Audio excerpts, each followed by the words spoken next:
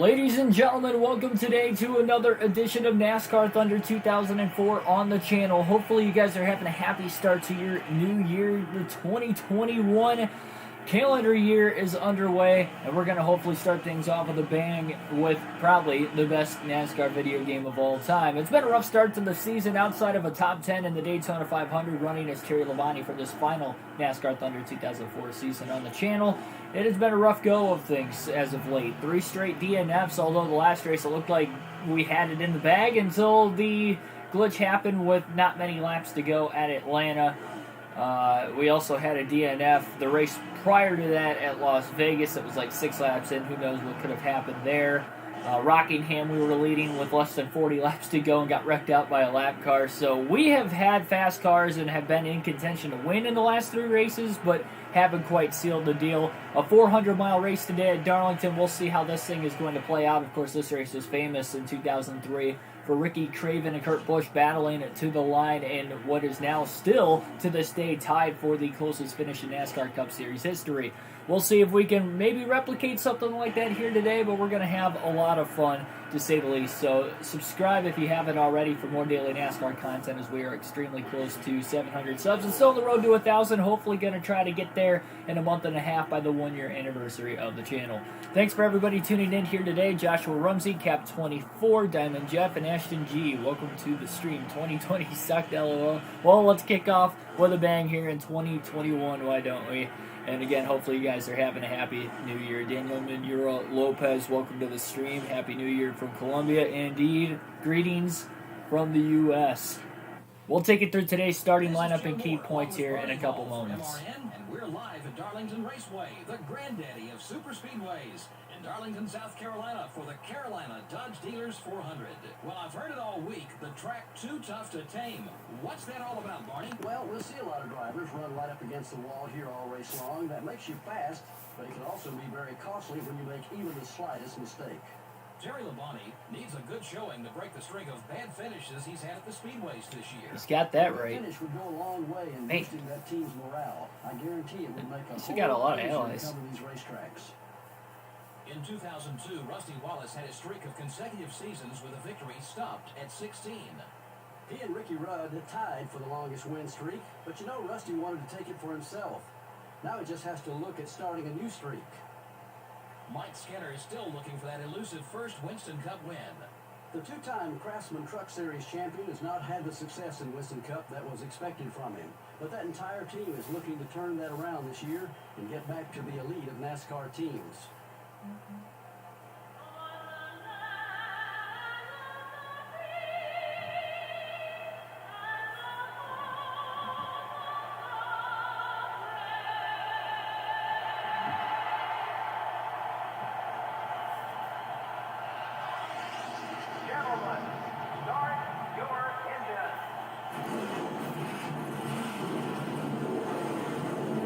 Engines are firing here for the Carolina Dodge Dealers 400 at Darlington, and we are going to take it through today's starting lineup and key moments right now. Let's see here. Billy Kramer, welcome to the stream as well, by the way.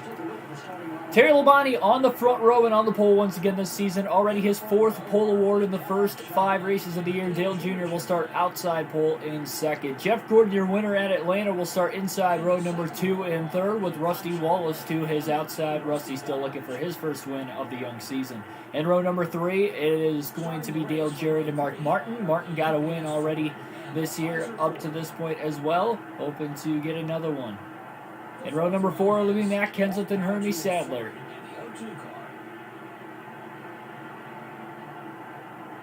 Starting the race from row 5 will be Jeff Burton and Ward Burton, the 2 Burton brothers, are going to be in row number 5 for today's race.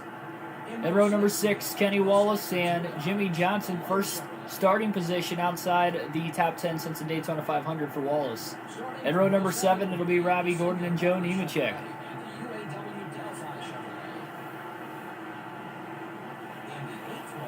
Jeremy Mayfield and Jamie McMurray in row number 8 for the start of today's race.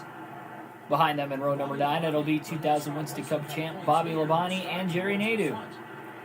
And behind them in row number 10, we've got Ricky Craven, our Daytona 500 winner on the final season of NASCAR Thunder 2004, and Michael Waltrip. Michael Waltrip also won a race already this year at Rockingham. In row number 11, rookie Jack Sprague and young gun Kurt Busch on the outside of him. Behind those guys in row number 12, it'll be Elliott Sadler and Steve Park. In row 13, Mike Skinner and Kevin LePage. And in row 14, we've got Jeff Green and Kevin Harvick. Harvick's had some inconsistency shown in the early going of the season. We'll see where he'll go after starting towards the rear in today's race. Brett Bodine and Christian Fittipaldi will be in row 15. Behind those guys in row number 16, it'll be two rookies of Casey Mears, running full-time this year, and part-time rookie driver Kevin Grubb. In row 17, we've got Sterling Marlin and Stanton Barrett. One longtime veteran of the sport and another rookie. First start for Barrett since his top 5 in the Daytona 500, where he finished 4th. Ricky Rudd and Ryan Newman will be in row 18. Boy, Newman's had a rough start to the season, maybe a championship hangover after winning our Season 1 championship. Tony Stewart and Johnny Benson will be in row 19. In row number 20, it'll be Kyle Petty and Bill Elliott. Elliott looked pretty fast in practice, though he did not qualify well for today's race. In row 21, it'll be Ken Schrader and another rookie part-time driver, Ashton Lewis. And rounding out the field, starting dead last in today's race, will be Greg Biffle in the 16, another rookie in the field. Thanks for everybody tuning in again. Hopefully we can start the new year off right. Green flag is about to wave at Darlington. 400 miles of racing were underway. And a great launch on the initial start as well for Terry Labonte as they roll into turns 1 and 2. A little contact as he wants to clear Junior as quickly as he can. A little loose off of turn 2 as well. We're going to see that a lot today. Turn 2 is very treacherous on this racetrack in this game. I had to add a little bit more downforce to the car to try and get it as stable as we could.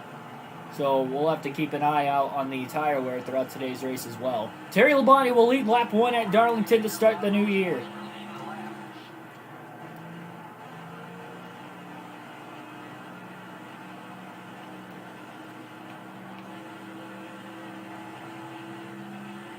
Labonte was really good in 1 and 2 for the most part. 3 and 4, it's pretty treacherous, honestly. Car likes to slide on entry and then just kind of skid and walk up the racetrack from the center off. I'm sure you're going to see a lot of Darlington stripes today, but if Labonte could just keep that car clean as much as possible, that is going to be the big key.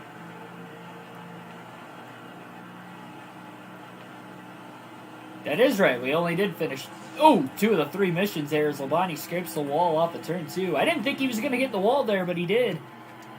Well, there's the first Darlington stripe of the day.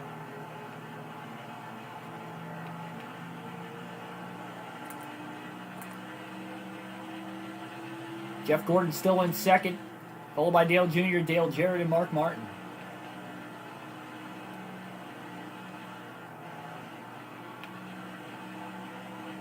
By the way, in the starting lineup, I mentioned Mark Martin won a race this year. I was wrong on that one.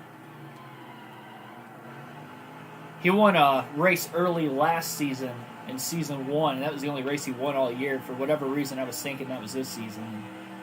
Got my thoughts scrambled. I was up late last night, I'm sure, as most people were.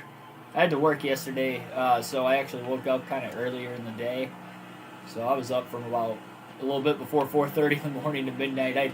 I about fell asleep on the couch, not only when I got home from work, which I luckily got off early enough yesterday, as well I kind of about fell asleep there in the closing minutes of 2020. But I slept in today, so I feel good.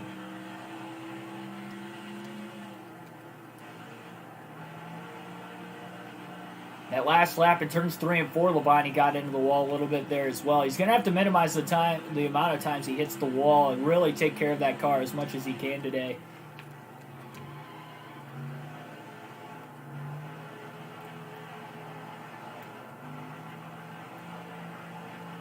Again, he's got a really fast race car. The track position at the beginning of this race, very crucial. It is so tough to not only navigate your way around this racetrack, but especially when you're trying to make passes. Now, luckily, I was able to make a pass in practice on Bill Elliott, and he was one of the faster cars in practice, at least. Didn't qualify all that well, but it gave me a lot of confidence, at least with knowing that we are able to pass cars cleanly around this racetrack. Things are really spaced apart from about the top 5, but then you go to about 4th or 5th on back, and it's just still congested together off that initial double file start. Still early in this race at lap 8. Darlington was one of the wild races back in season 1 in this very 400-mile race, and I'm sure we can see a lot of the same here today.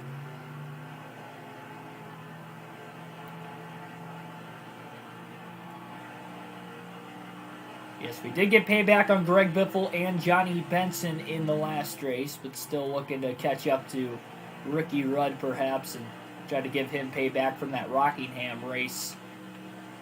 This is the second race of the season.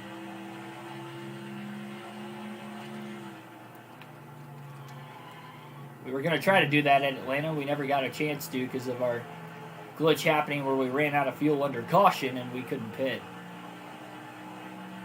Unfortunately, the caution started because we were coming to pit road and we spun trying to get down there. And Atlanta is not even one of the tougher tracks to get onto pit road either. So that was very, very upsetting to say the least.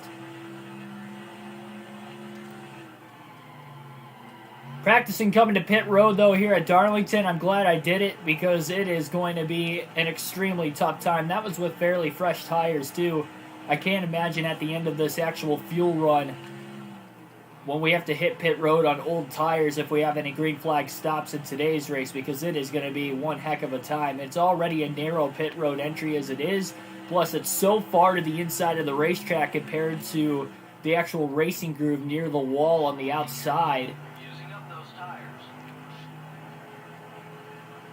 Lonnie's going to take his sweet old time coming to pit road, especially if he has a big lead going into green flag stops today. So far, caution-free in the first 12 laps, and Labonte has dominated up to this point. A 2.4 second lead already on Jeff Gordon. Again, this car looks really fast. And Labonte, with those 3 straight DNFs, I know it's very early in the season. It's only the 5th race, so again, we're not going to know until after about the first third of the season who are going to be the real championship contenders throughout the second half of the year. Pretty much anybody in the top 10 to top 15 at that point would have a shot, and those are really going to be the drivers to look for as the season progresses as championship threats. And for Labonte right now, he's 35th in points, 267 back. But see, that's the thing, 35th in points, and he's only about a race and a half out.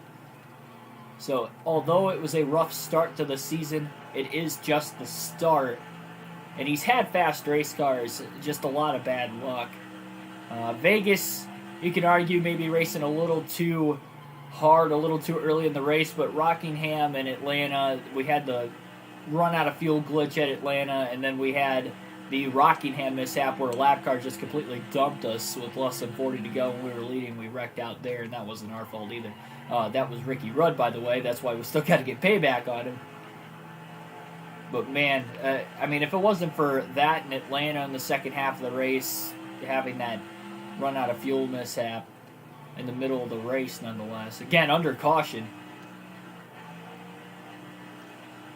That would definitely mean that we could have had a couple wins. But Labonte still trying to search for that first win of the year.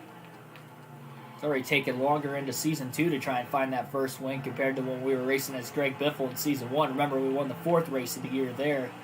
We're 0 for 4 so far in this one. But it's all about consistency at the end of the season, though, and trying to win the championship. And maybe Labonte could have the max points day for the first time this season here today. BMNJ, welcome to the stream.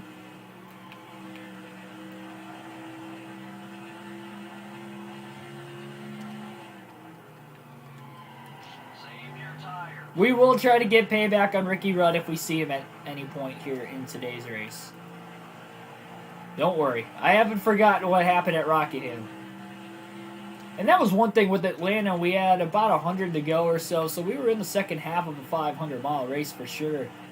But Rockingham, a shorter racetrack, we were less than, 37 laps to go in the race when that happened. We were about to come to pit road that lap until Ricky Rudd dumped us. And I think the only reason he was able to even catch us to begin with was because we were trying to come to pit road, so we were already slowing up, and he just purposely turned us, put us in the wall, and I missed pit road, and then trying to come back down across traffic, and It was just a chaotic mess.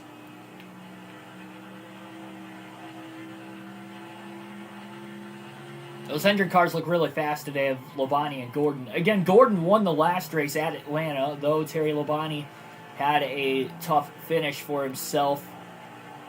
Having that third straight DNF, at least Jeff Gordon was able to go on the win and get the first win of the season for Rick Hendrick and his race teams. Labonte trying to follow that up and maybe make it back-to-back for Rick Hendrick. 4 different winners in the first 4 races of the season as well. A couple of oddball winners to start the year. Ricky Rudd winning the Daytona 500. Only his 3rd career win. Then you had Michael Waltrip winning at Rockingham. And then a randomization of a finishing order at Vegas. We had the DNF and it randomized the finishing order. Kind of inverted it. And you had a lot of drivers in the top 10 that probably wouldn't have finished there if we would have actually made it to the end of the race. And not had that randomization in the running order, but Kevin LePage was able to score a win because of that.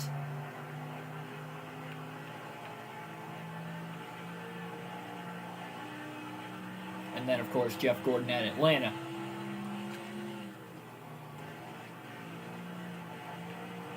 I'll tell you what, though, also, Ricky Craven's had a lot of fast cars this season, and again, this is one of those tracks. He got one of those 2 career wins he had in real life. 3, I say, because he won the Daytona 500 here.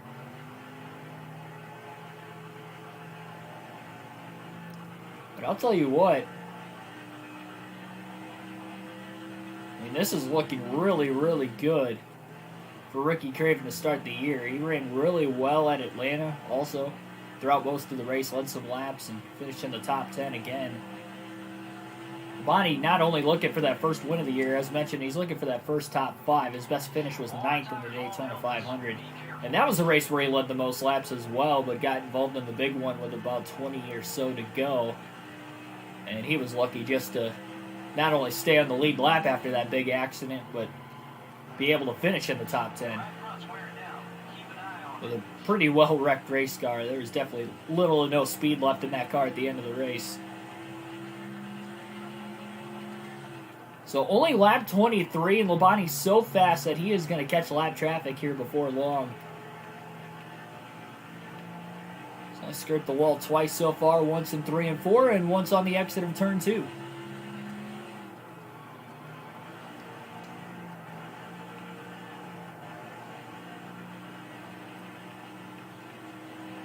Gotta have the same composure all the way through the race. So we've got some tough races coming up. Obviously, this is one of them just because of the track itself. We go to Bristol in the next race on Sunday, followed by another 500-mile race, 2 consecutive, in fact, at Texas and then Talladega.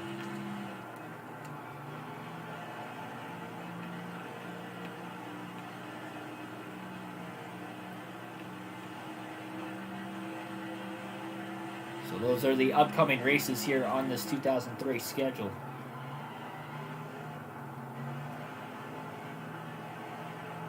They're definitely winnable races.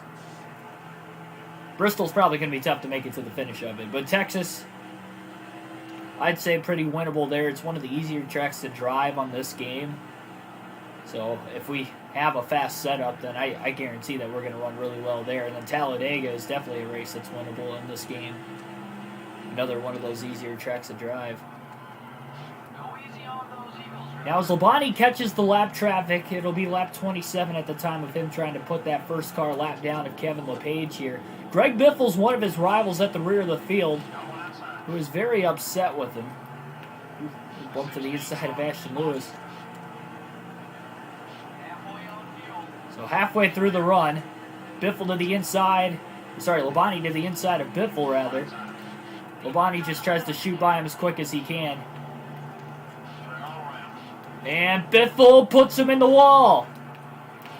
Oh boy, and Labonte almost went around. He made contact with Ashton Lewis off of turn 2 as well, after Greg Biffle just put him in the wall.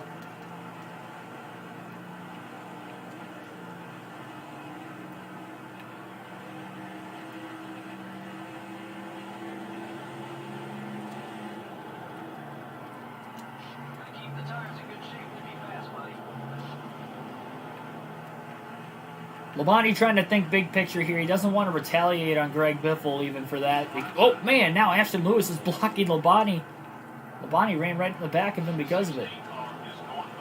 He's got time. I mean, he's got a pretty sizable lead over Jeff Gordon. The last thing he wants to do is wreck the race car, or at least add more damage to it, slowing it down this early in the race.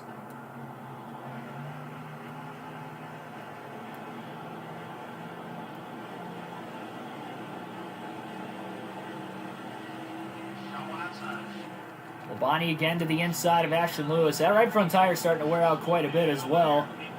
Labonte gets right back around Lewis. And again, back to the inside of Greg Biffle. And Biffle runs him all the way down the racetrack.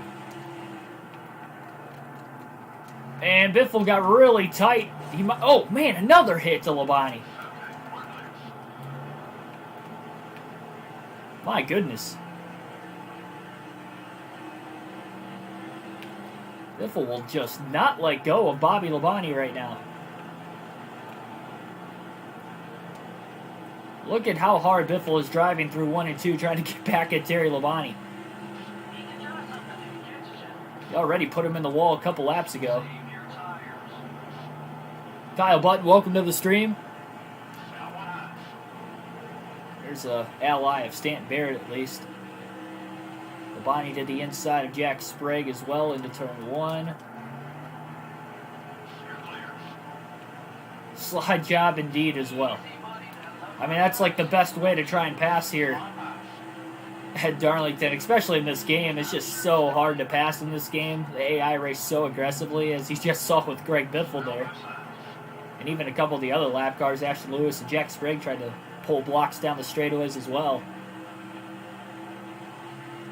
I'm surprised that Labonte was halfway on fuel at lap 27. That means he can only probably make it just past lap 50 on fuel. I'm quite surprised how short the fuel window is here. It's yeah, I see the name, and I know it's you, Kyle, every time you come in as Beach Daisy, and first thing that pops in my head is just to read the title, and then I realize it's you, so I'll try to remember to call you Kyle every time you join in on that account.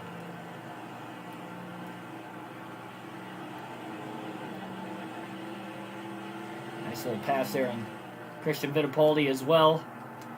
And again, Labonte just really trying to be patient with the lap traffic. No need to really rush around him, especially on this track. He's got to take his time. Least amount of damage possible, the better. Still got a 4.5 second lead over Jeff Gordon. And those tires are wearing out as well.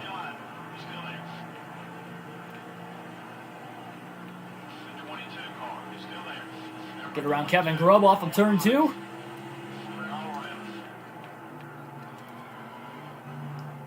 I'll tell you what, Labonte can't wait to get 4 fresh tires in that car.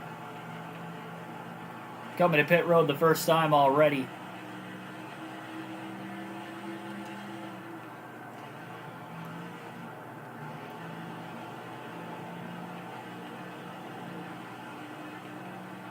I saw also in the comment section before the race actually started, this racetrack in 2003 was where Labonte got his final career win in the Cup Series as well, but that was in the Southern 500, because remember, back in 2003 and prior, they had 2 races at Darlington. We'll have 2 races again there at Darlington starting next year in 2021 again, but it was the second race where Labonte got that final coveted career win, and that was a really awesome experience and a really good race as well. There were a lot of good races at Darlington in 2003. The Busch Series race there as well. It was actually the day after the Ricky Craven and Kurt Busch finished, because it got rained out the Saturday before, and they had a photo finish there with, I think it was Todd Bodine and Jamie McMurray, if I'm not mistaken. Lonnie got tight. Boy, he drove it off deep into 1 and 2, but he clears Skinner cleanly. Kyle Petty's going to follow Labonte to get by Skinner as they battle for position, but they're now 1 lap down behind Labonte.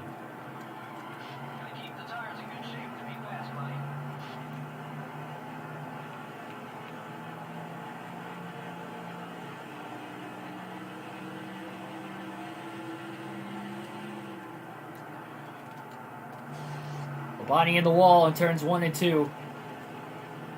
Another Darlington stripe. Surprised Elliott Sadler's a lap down this early in the race. Still not heavy damage, though, on the 5 car, and he needs to keep it that way as long as possible. He doesn't want to take any extra speed or handling out of the car. I mean, scraping the wall at this track, especially at this game, it's just going to be a common factor throughout the course of this race. And Gordon's not really capitalizing a whole lot. He has closed the gap a little bit. Labonte was out to about a 5-second lead. It's under 4.5, but even over the last couple laps alone, Gordon has only gained 1/10 of a second total. Since, I think, lap 35, he was exactly 4.5 off of Labonte. So although Labonte might be struggling with the lap cars a little bit, you have to assume Jeff Gordon probably is too. And again, Labonte in the wall off of turn 4. Car's just starting to get a little bit tighter, not only with more damage, but just because the tires are getting completely worn out on this race car as well. Rondo Slice, welcome to the stream. Under 45 days until the Daytona 500, indeed. Countdown has been on since really last season ended, to be completely honest, at least in my brain. I'm playing this on a PlayStation 2. I'm streaming it through OBS.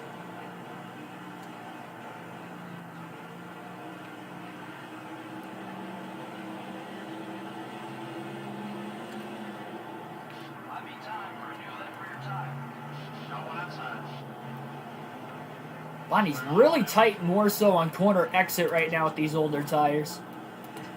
3 wide. Underneath Kenny Wallace and Kenny Schrader.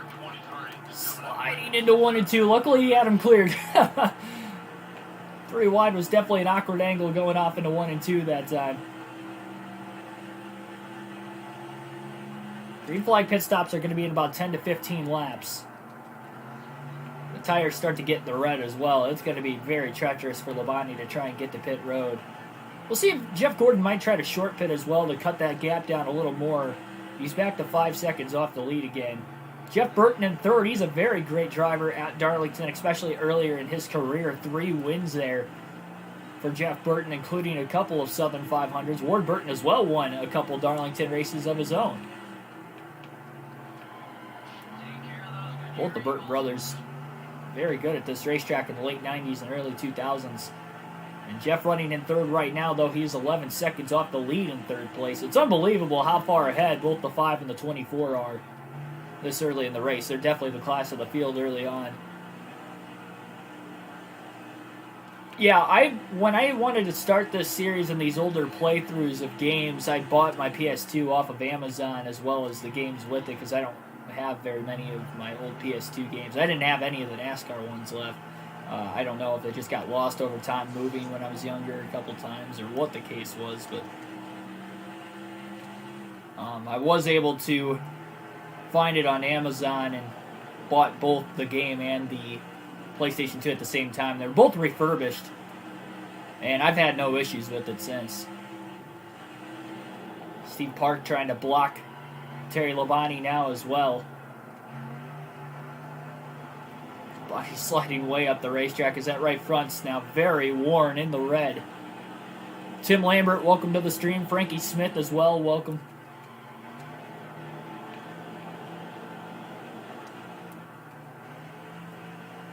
Bonnie really struggling to get around Steve Park. Park's going to try to battle as hard and as long as he can to try and stay on the lead lap, knowing green flag pit stops are coming up for the first time very soon. One driver is out of the race with a blown engine right now. Not sure exactly who that is, but there is somebody on pit road.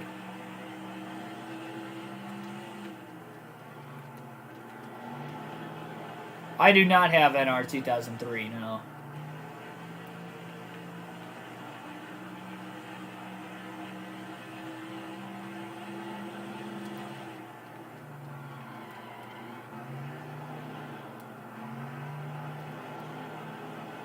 Steve Park's kind of keeping Labonte a pretty good distance behind him. Labonte's got to run, though, into 1 and 2. He really was able to draft Park pretty well there. Labonte tried to go to the inside and slide in front of him, but Park beats him back to the gas. Bonnie got really loose there off of turn 2 as well.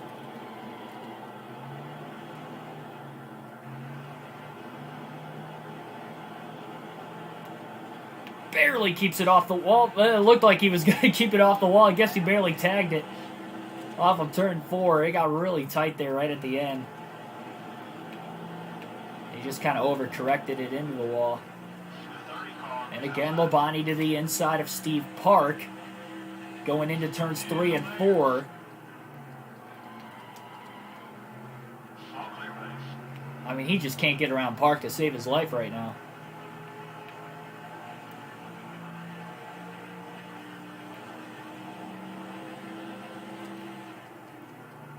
It's allowed Gordon to close the gap about 0.3 of a second in the last couple laps, with Labonte being stuck behind Park. There will be damage repaired under this first pit stop, that is for certain, out of Labonte, but no adjustments are going to be made. Oh boy! Labonte slid into turn 3 as Steve Park was actually trying to come to pit road. And Labonte just about ran into the back of Park. As the first set of drivers coming to pit road that last lap, Labonte's got about a gallon of fuel left still. So he'll stay out. That last time by, he will stay out this time by as well. And he's likely going to be coming into the pits at either lap 53 or 54. More drivers to pit road. A lot more drivers to pit road this next time. See if Gordon might be able to pit a lap or two before Labonte. He hasn't pit yet. Either is Jeff Burton, who's now 12 seconds off the lead, back there in third. Well, here's the first test to try and get to pit road. I almost spun twice in practice trying to do it on fresher tires. We're on older tires here. Labonte will be coming to pit road this time. And he is absolutely coasting it. Taking a sweet old time coming to pit road there. He does not want to wreck that race car. 4 fresh tires, full tank of fuel, about as perfect as Labonte could have gotten to pit road there. You can tell he was easing it before they even got into turn 3 so he can make sure he didn't spin coming to pit road. He does not want the same thing that happened to him at Atlanta happening here. It's very well possible it can happen here. This and Dover are probably the 2 toughest pit roads in NASCAR. Green flag at Bristol is pretty tough too. And we go there next race starting on Sunday. Mistake there on the right front tire changer, slipping, trying to go around the race car. That's going to cost Labonte a lot of time on pit road now as well. This is not the fastest of stops, 18.9 seconds. So how much time is that going to gain Jeff Gordon now?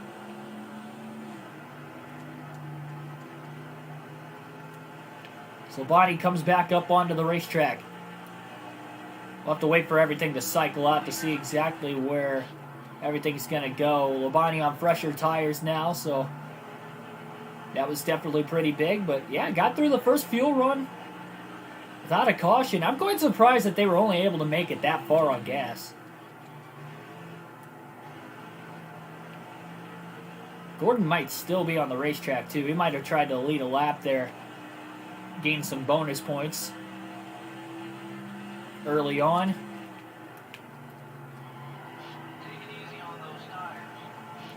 Race leader on pit road as we speak.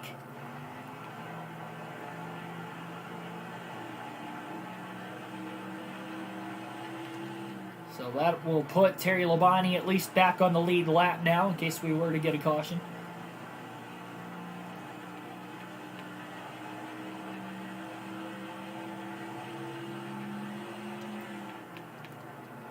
Labonte led every lap of this race until he pitted, and these are the only laps he has not led here today.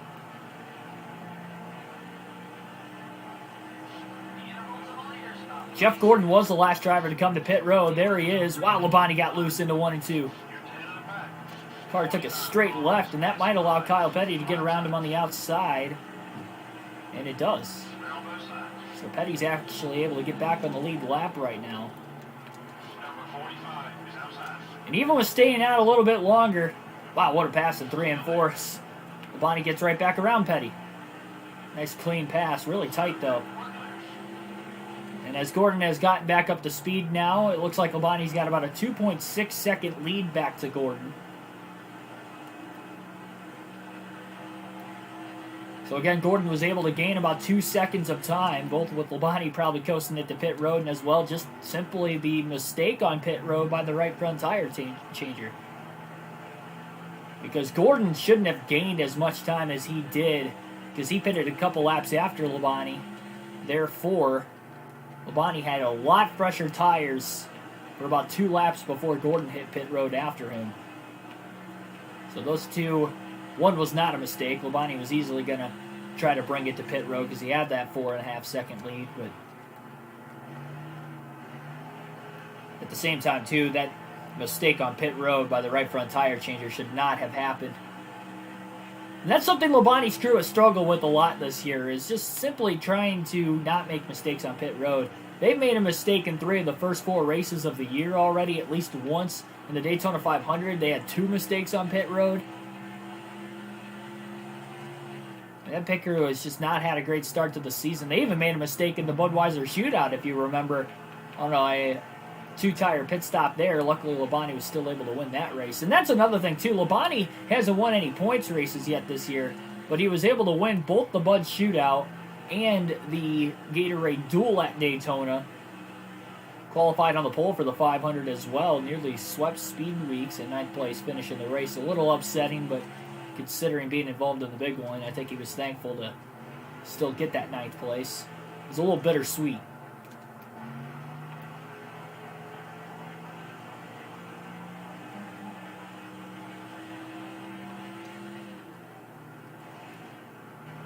Bonnie's starting to pull away from Gordon again.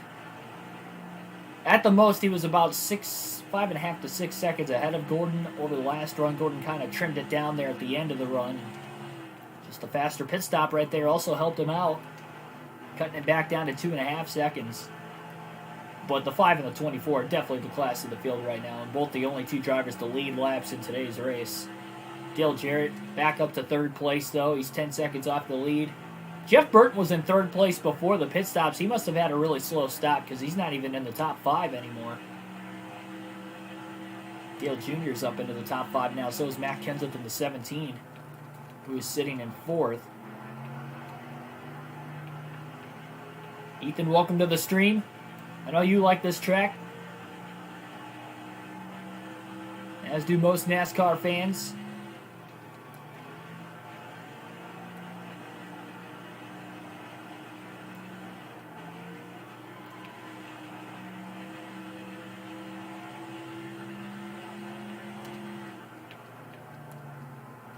Seven people watching here, early New Year's Day afternoon. Started this race at about noon Eastern Standard Time, a little bit afterwards by the time the green flag actually dropped.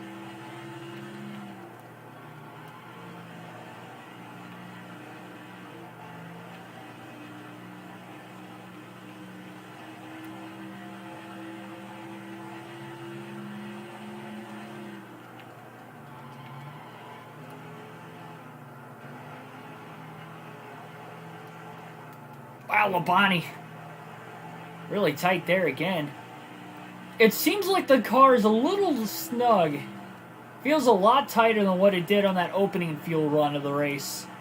There were no adjustments that were made under that last pit stop either. I'm sure some of it is probably the damage that occurred from Labonte getting into the wall a couple times over the course of that first run. He hasn't hit the wall yet on this run. He's got some pretty heavy lap traffic not too far out in front of him. He's got about 6 cars all within a second or 2 ahead, and 5 of them are clumped all together battling for position at the tail end of the lead lap.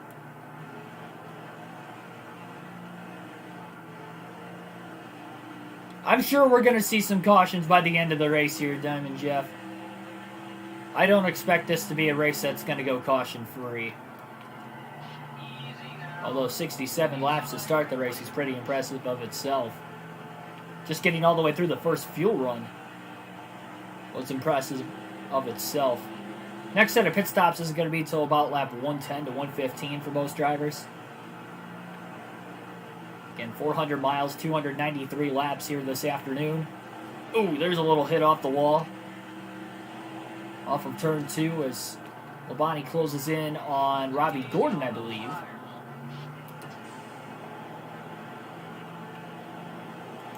Labonte wants to get payback at Ricky Rudd as well.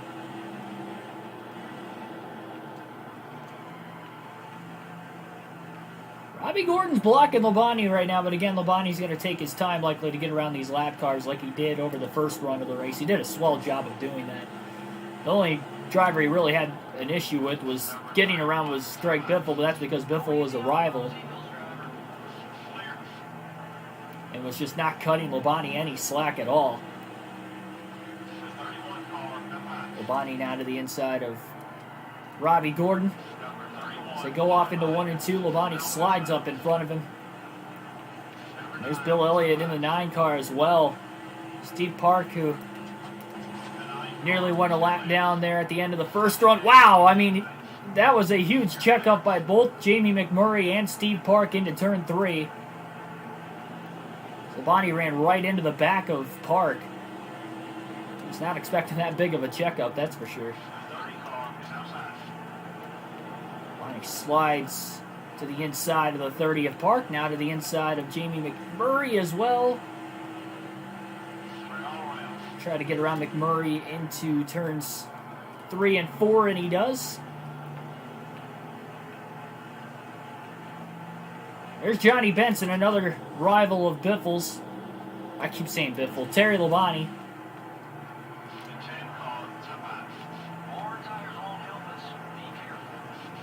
And Benson takes a shot at Labonte off of turn 2. My goodness.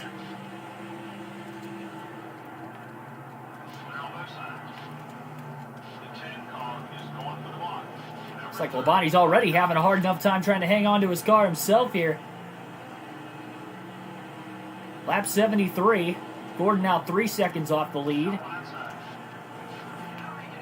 And again, Benson just kind of ran Labonte down there, and that caused Labonte to get into the side of Kevin LePage as well.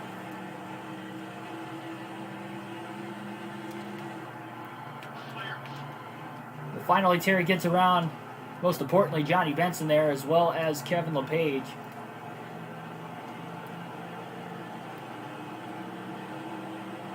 Gordon now 2.6 off the lead.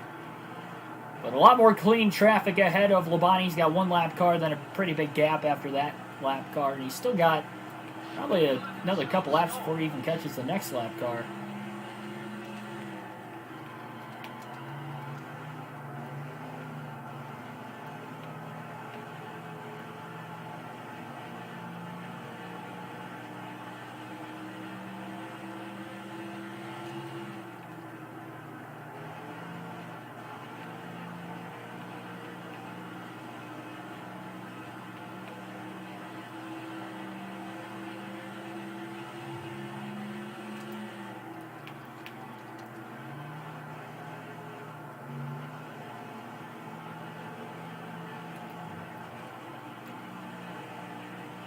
.75 laps complete here at the Darlington Raceway. Back to a 3.2 second lead again for Labonte over Jeff Gordon. The lead has pretty much stayed anywhere between 2 to really 5 seconds most of this race. It keeps fluctuating back and forth. It just really depends on what the lap traffic looks like around a certain driver. And there's another big pack of lap cars that Labonte will catch probably in about 5 to 10 laps, it looks like. First is trying to get around Jeff Green in the 1.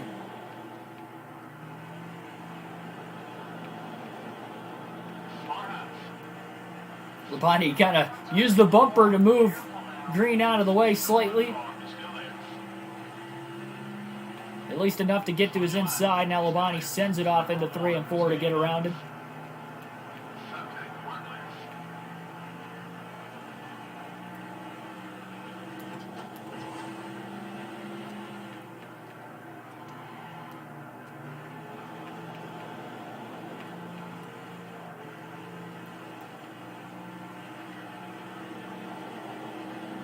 Back in Season 1, we had a lot of cautions at Darlington, if I remember correctly, as well. A couple big accidents, too. Not saying we're going to get that today, because we're off to a lot smoother start, I'll tell you that much. And a lot of it is Labonte really taking his time around the lap traffic, being very disciplined. showing why he is a two-time Winston Cup champion. Trying to go for a third here this season.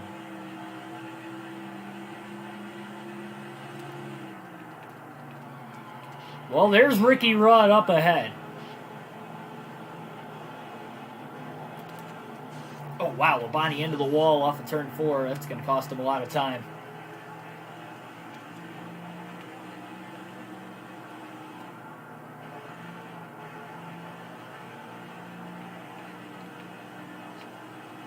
It's going to be another lap or two before he catches that big pack of lap cars again. You know he's going to want to get payback at Ricky Rudd at some point in time. About halfway through the second fuel run, 80 laps complete at the line this time. Like there might have been a little contact with a couple cars in that big group of lap traffic. Saw some sparks flying off of turn 4.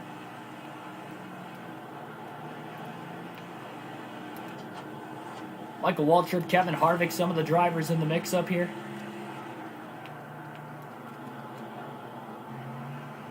Bonnie's really going to have to take his time to get around here.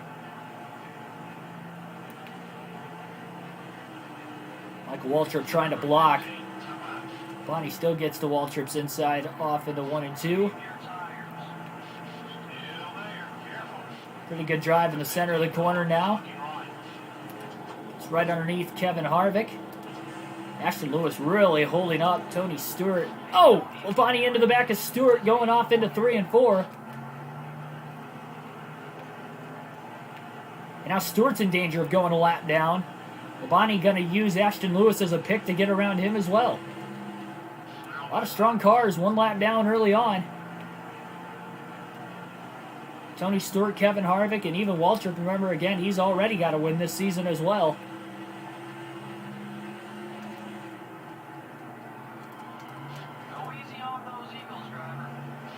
Daytona 500 winner Ricky Craven in this next smaller pack of lap cars just ahead of Ricky Rudd.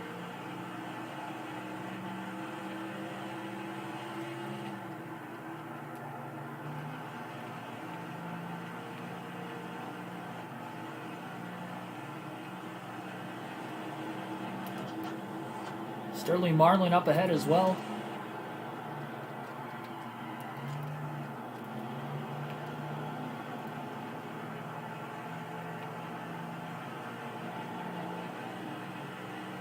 Three wide. Underneath Nemechek and Marlin. Little contact with Rudd. I think Labonte wants to get back at Rudd as soon as he can. No, he didn't mean to make contact there. Kevin Grubb's holding these guys up right now. Again, accidentally slid up into Rudd.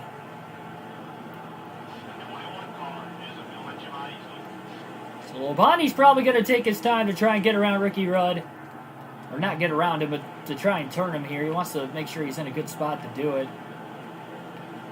To try and make that pass about as cleanly as he can. He's got a lot of traffic right around him right now. It's going to be difficult. Greg Biffle's also coming up here, so Labonte probably wants to make that as quick as he can.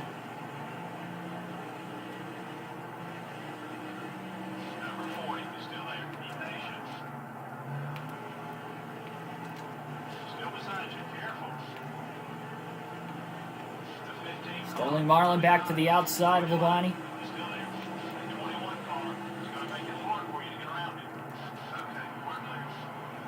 Ooh, 3 wide. Tony Stewart trying to go up the middle between both Terry Labonte and Michael Waltrip there. Now a little contact with Sterling Marlin off of turn 4. Marlin's really upset with Labonte after that accidental contact. There were 3 wide on corner entry, and that kind of hurt the corner exit for Terry Labonte, and that's why he even made contact with Marlin to begin with. So now he better make sure he stays ahead of Marlin as well here.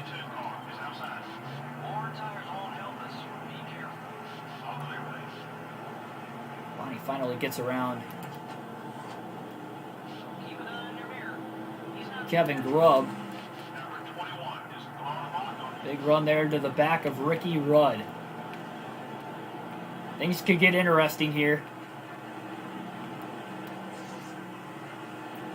Labonte's going to have to be careful because that right front's got heavy damage now after he got in the wall down the back straightaway. Just a tad bit.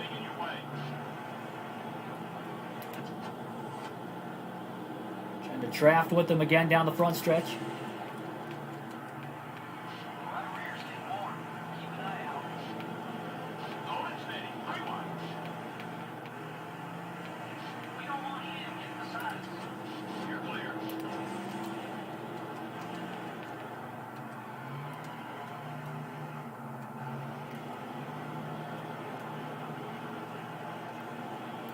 Bonnie's going to have to get around Greg Biffle here once again as well.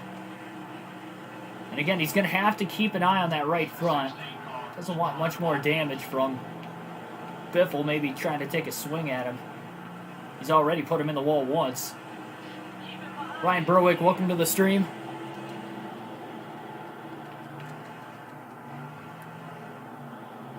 Bonnie's trying to be patient. He's got two rivals ahead of him that will take swings at him. And he's got Sterling Marlin behind him who will take a swing at him if given the opportunity. And right now, again, this is a very treacherous position here for Labonte. The right front's pretty damaged. He just got in the wall again.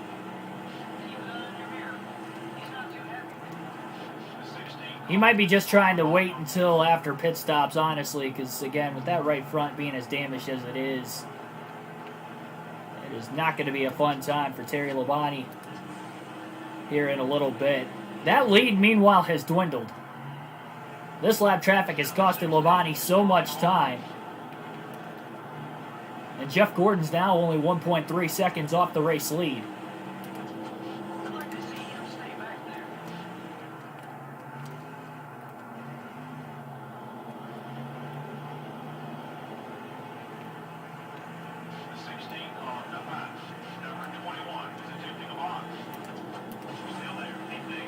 Going off into 1 and 2.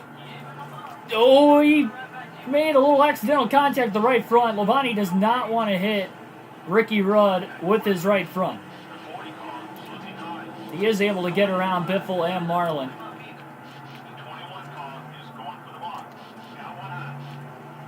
Oh, barely kept it off one another there. This is an extremely treacherous situation, guys. Michael Turner, welcome to the stream. Oh, man. Again, trying to be careful with that right front.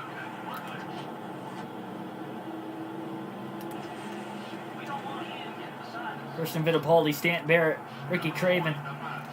Oh, right there. Oh, no.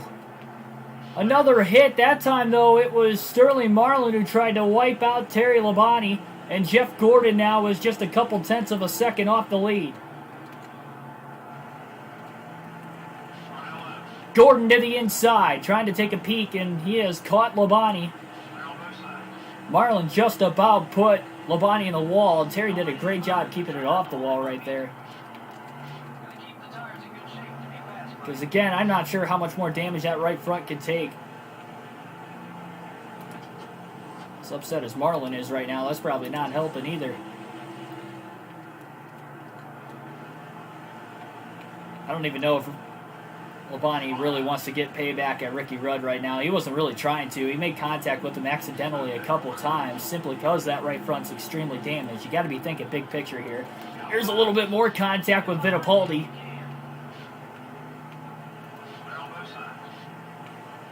Tristan got the wall off of turn 4.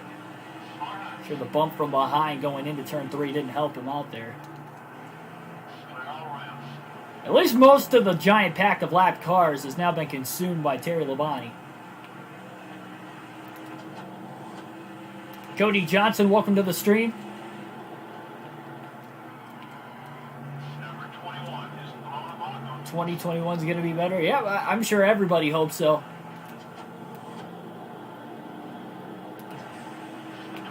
And Labonte trying to turn Ricky Rudd, and he does! He got him back! Finally!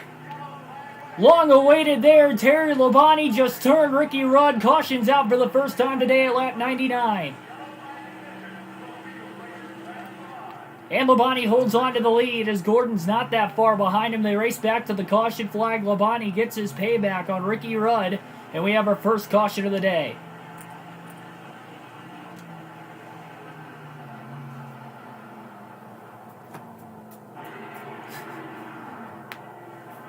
That had 3 races in the making. And Rudd now goes a lap down because of it too, with Labonte being the race leader. Rudd took out Labonte at Rockingham with less than 40 to go. Cost him a chance to win that race. Labonte is going to lead the field to pit road right now. 4 fresh tires and a full tank coming.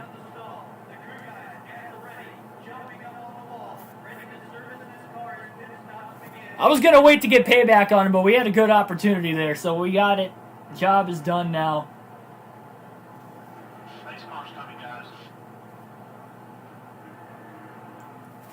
I don't know why our crew chief was worried about the pace car there, because we are the leader anyway. It's not like we're going a lap down.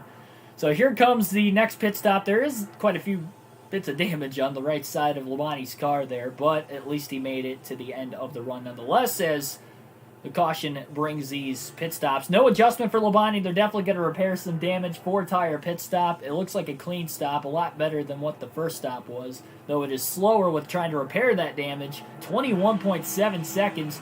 Jeff Gordon will win the race off of pit road and restart from the lead. Labonte will restart in second, it looks like. Jeremy Mayfield gained 7 spots on pit road. Green flag back in the air. Here we go. And Sterling Marlin is right there as well. And Labonte gets out of the gas to let Marlin go. That was a smart move. That was a very smart move from Terry Labonte. Just letting Sterling Marlin go. He didn't want to get sandwiched into the wall by him. He wants to take his time to get around him. So lap 103 now, following the first caution of the race. Jeff Gordon trying to hold on to the lead. Harvick, Marlin trying to get back on the lead lap right now. Might see some debris cautions, I don't know. Oh, Gordon got the wall off of turn 4. Labonte back out in front. Labonte back to the lead. Gordon got tight and got the wall up of turn 4. He made a great save after that, but he definitely lost the lead, and Labonte now, this is probably the best scenario for him. Tough to see that happen, though. His damage is fixed on the right side of his race car, so that's good. He's going to take his time to try and get around Marlin, knowing that Sterling's going to try to take him out. He already tried to take him out once today.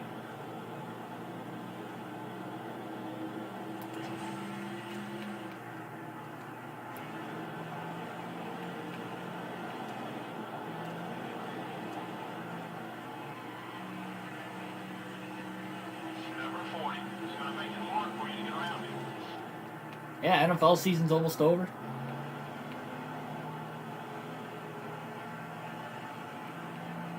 Handling of Labonte's car still feels like it's there.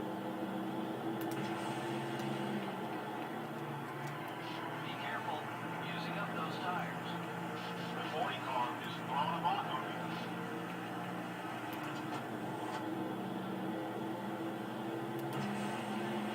you. Marlin and Harvick are not only battling for position, but again, they're battling to try and stay ahead of Terry Labonte. And Labonte's taking about as much time as he can to really get around Sterling Marlin right here. He's trying to share draft with them down the straightaways and maybe knock that rival indicator below 60. It's a lot harder to do here at Darlington, though. But he's trying.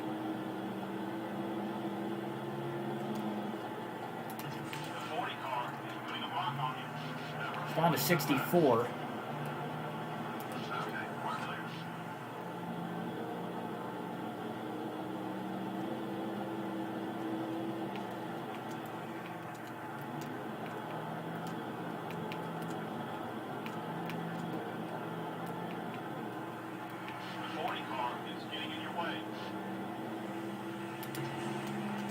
Down to minus 60. If it gets below minus 60, then Labonte will try to make a pass on him because he knows that Marlin won't try to wipe him out.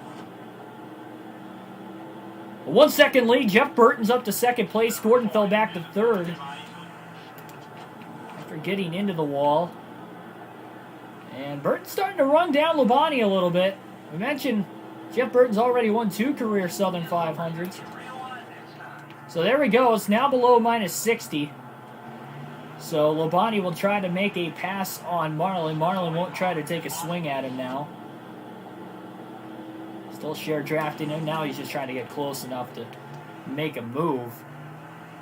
It's really been tough. Harvick's got the clean air right now, too, so that's really paying off dividends for him being able to stay in front of both Labonte and Marlin.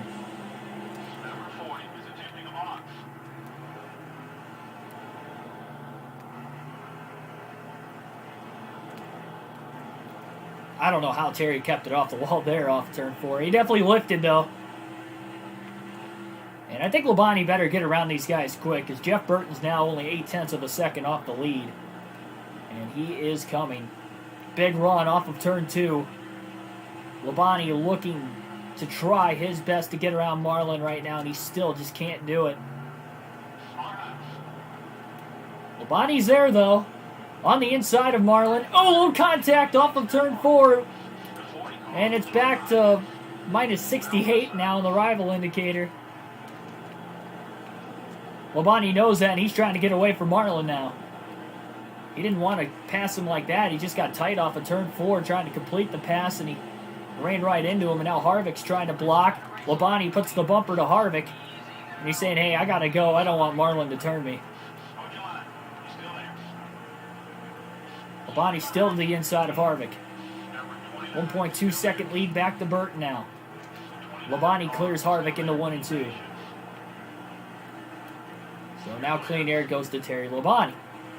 And a lot of it, too. Got about half a track before they even catch the next lap car.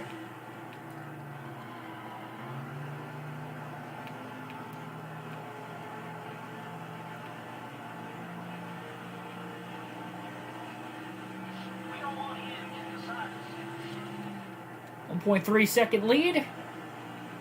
How about Jeremy Mayfield still running in 4th? Unbelievable pit stop by those guys. They went in 11th under that pit stop under caution. They came out 3rd. He's still sitting in 4th.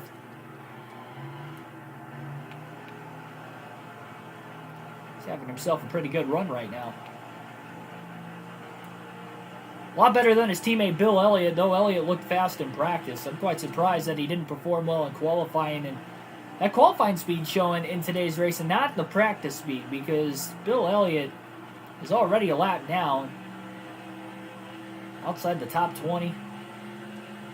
We've got somebody else who's just blown an engine on the racetrack, very slow down the front stretch.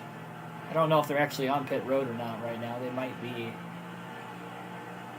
No, they haven't made their way to pit road yet. So we're about to see who this is. And it's the 57 of Kevin LePage, so he was already one of the slower cars in the field, but a tough break nonetheless. You hate to see that happen and driver stays short. Mike Jones, welcome to the stream. More tires won't help us. Be careful. You let him by, he's gonna make things tough on him. How many hours do I stream a day? I just typically do one race, unless I DNF early into a race for whatever reason. That's the only time I really do double headers for the most part. That, or unless a race is just ridiculously short anyway. Like sometimes we'll do like a truck or Xfinity race that's like, say, Pocono for the truck series, only 60 laps. Then I'll try to do another short race if there's another one that's shorter on the schedule. But for the most part, I pretty much just do one race. So if it's a cup race, it takes 2 to 3 hours, typically 2.5 to 3 hours. If it's an Xfinity or truck race, I'm only streaming for about an hour to an hour and a half. But I usually try to do one race every day for the daily content. The only time I don't stream at all really is if I'm out of town for a NASCAR race, then I'll be, on vacation basically for a couple days. I took my PS4 on the road once last year when I went to, what was it? I think it was when I went to, no, it wasn't, it was Talladega. That's right. I went to Talladega, and I streamed from my hotel the first night after driving. Because the only reason I did is because there was a truck race next on the schedule that was a pretty short one. And I knew I was going to get it done in maybe an hour or so. So I took it down there. I'm like, yeah, sure, I'll do a stream one day while I'm on vacation. So I had time to do it one night. scheduled it, I think, for the Saturday night before the Talladega playoff race.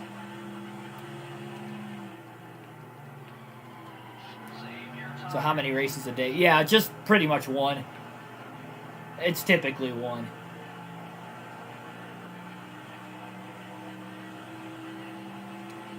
The only time we do two is if it's a really short race, whether that be, scheduled if it's a Truck or Xfinity really short race, or if it's a race I DNF in the first half of it and we only got like less than an hour of streaming time in.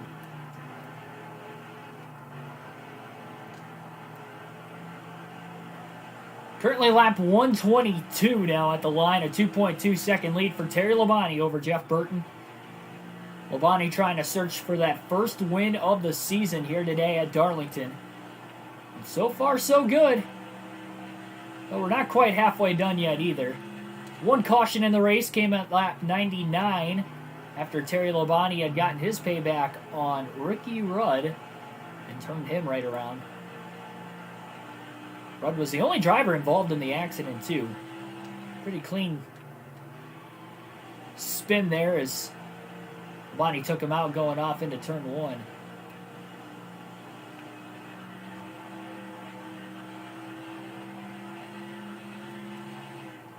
Yeah, that was rough. That day we did 3 races because we DNF'd. What was it? We DNF'd at Sonoma. Or no, that was after. That was the last one. What race did we go to first? I can't remember what track we were at, but we DNF'd into a race like 13 laps in. So then we went to Pocono, and then we DNF'd on lap 1, turn 1. And then, so because we did that 2 races in a row, we ended up running at Sonoma. Then we DNF'd in that race, though we got like 60, 70 laps into that one. So we got past halfway. I was like, that's it. We're done. We're done for the day. Funny to look back on, but in the heat of the moment, that pretty much costed us our chance at the championship there in Season 1 of NASCAR Thunder 04. That was tough. I don't even know how any of that happened.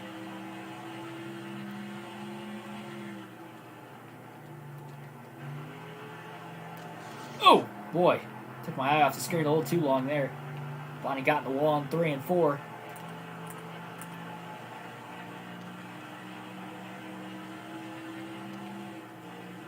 And the lead's down to 1.9.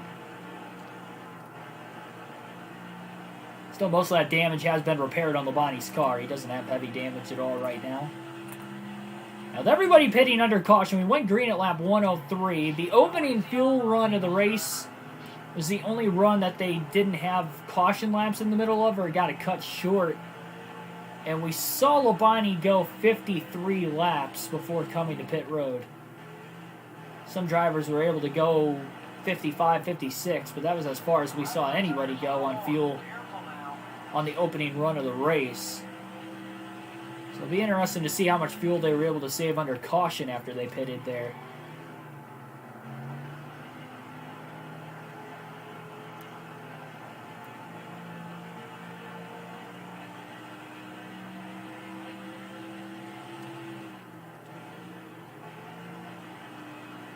That's the first stream.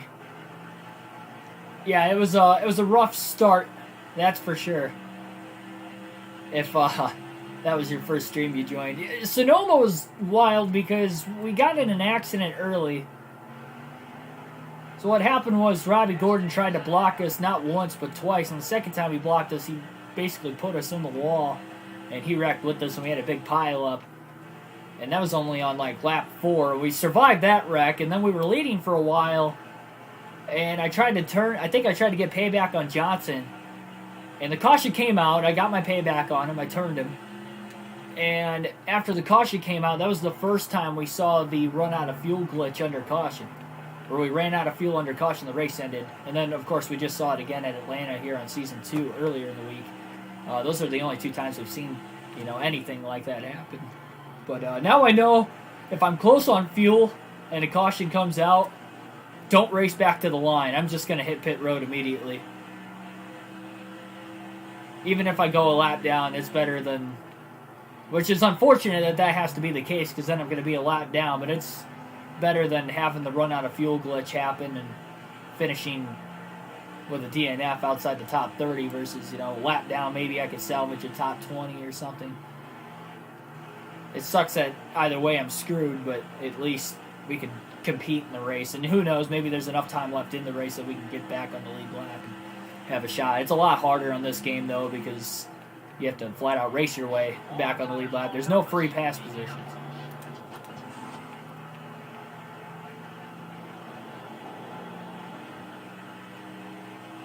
Bonnie's got a big run there on Jack Sprague into turns 1 and 2. Bonnie pulls off a little slide job, and Sprague trying to cross him back over. Wow, Labonte got loose off of turn 2. He cleared him, though. Clean pass, nevertheless.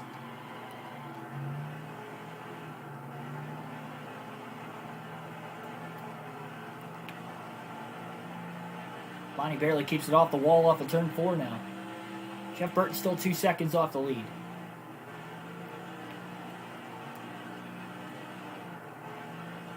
The rare triple header that resulted in DNFs, yeah. I don't think we've ever had a triple header on the channel outside of that day, and the fact we DNF'd in all 3. That was the only reason we had done that many races, because we DNF'd in not one race like very early in, but then we DNF'd the second race on lap 1.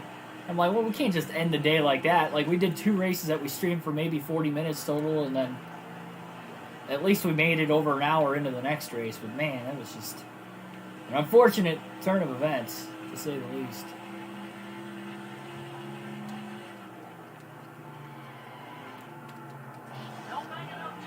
Bonnie into the wall there in turns 3 and 4. He got really tight. Car did not want to turn that time.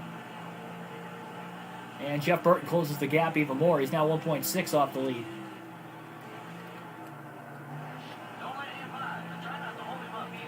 Sterling Marlin is coming for him.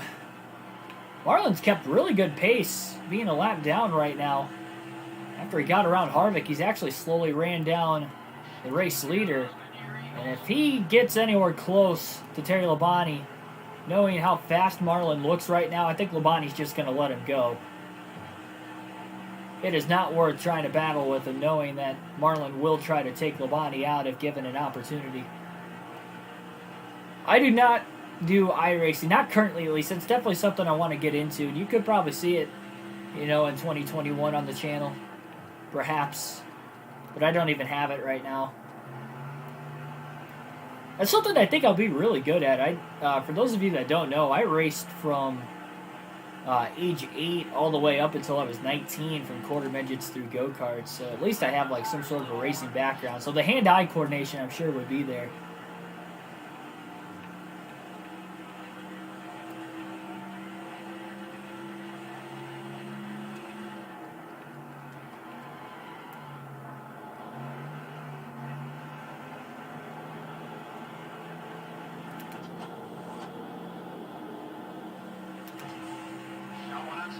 Bonnie pulling down to the inside. Will get around Kevin Grubb pretty quickly into turns 1 and 2.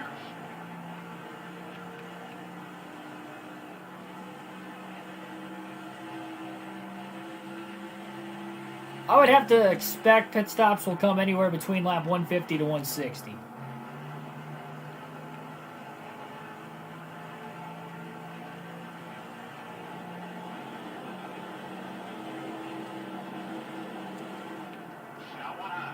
Ooh, contact with Ashton Lewis. Accidental as Labonte tried to get around him and wiggled underneath him. Made that little bit of contact with Lewis, but they both drive on and we stay green. Again, not heavy damage on that 5 car right now. That heavy damage at least was able to get repaired under that last pit stop under caution. Yeah, I'm sure it'll take me a little bit of time to get used to it, but I think I can actually hold my own, at least on the ovals, immediately. That, and I raced on dirt, too, my whole life, so maybe a dirt to asphalt transition wouldn't be as bad. I know it's obviously virtual racing, so... But also I got to play into effect that it has been about 2 years since I've raced, so...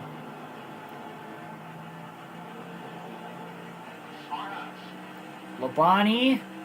3 wide underneath both Stanton Barrett and Christian Fittipaldi, and Terry's going to put both those guys another lap down. Haven't seen him go 3 wide that many times. I think that's probably the second or third time he's tried to do that to get around lap cars, and it worked all 3 times. So, he's got that going for him, but you definitely got to make sure it works here at this place. You don't see that too often. Luckily, at least in that instance as well, Christian Fittipaldi and Stanton Barrett were a lot slower than the race leader. Labonte's starting to widen out that run. Since Chip Burton's gotten into lap traffic, he has gone from 1.6 seconds off the lead to now just over 3 seconds off the lead. Though remember that opening fuel run, Labonte had about a 4.5 second lead over Gordon when pit stop started under green. So Labonte only having a 3 second lead right now.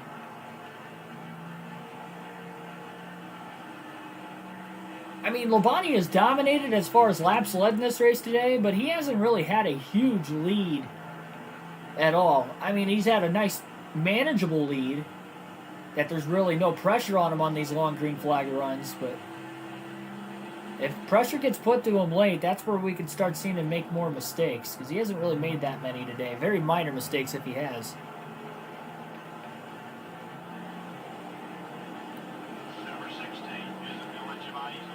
I'm excited for Bristol to have a dirt race. I would have rather preferred them to race on an actual dirt track, though. Like, I was all for the Cup Series having a dirt race. I kind of hate the fact that it's at Bristol, because Bristol's my favorite track.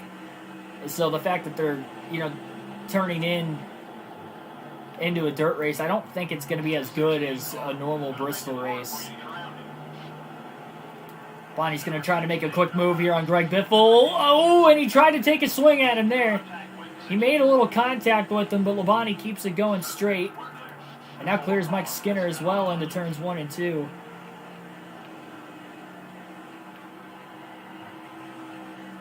Labonte almost got taken out down the front straightaway there by Biffle, but luckily Labonte was able to drive on by. Pit stops are coming up soon. Doesn't have heavy damage on the car, but he will still repair whatever damage he's got on it right now. About 10 to 15 laps. Yeah, I would have rather seen them go to, especially Eldora, because I was actually at Eldora for the truck race the last year they had it in 2019. It was kind of a wreck fest, and I didn't really. You still have a fun time at the racetrack. Don't get me wrong, I had a fun time still. It was the first time I'd ever seen the Dirt Derby. I grew up going to dirt races all the time. I've been to a couple World of Outlaw shows at local dirt tracks near me. But Eldora is only a couple hours away from me. I haven't been there for the King's Royal yet. I definitely need to go one of these years. But yeah, I would have much rather seen them go to like Eldora, especially. If they would have went to Eldora, you can guarantee I was going to be there. I still plan on being there for the Bristol Dirt Race next year. I just would have rather them not raced at Bristol for a dirt race. Bristol's just such a good track. It doesn't need dirt. They did it more probably for ticket sales than anything else. Ticket sales and, viewership, because ticket sales have been down for the spring Bristol race over the last couple of years. Obviously, last year they couldn't have fans at all for the spring Bristol race, but despite it putting on good shows still, most people are only going to the night races, it seems like, because the night race attendance has still been there at Bristol, but the day race not so much. So they figured, why not throw dirt on it?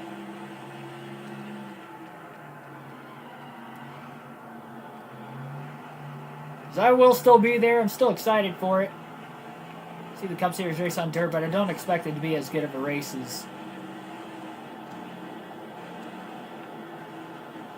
concrete Bristol race. Labonte trying to get around Elliott Sadler. Trying to look underneath him. Big slide into 3 and 4. Labonte clears him, but now he's in the wall. Just couldn't quite grip up after he made that pass on Elliott Sadler. Little mistake there on corner exit.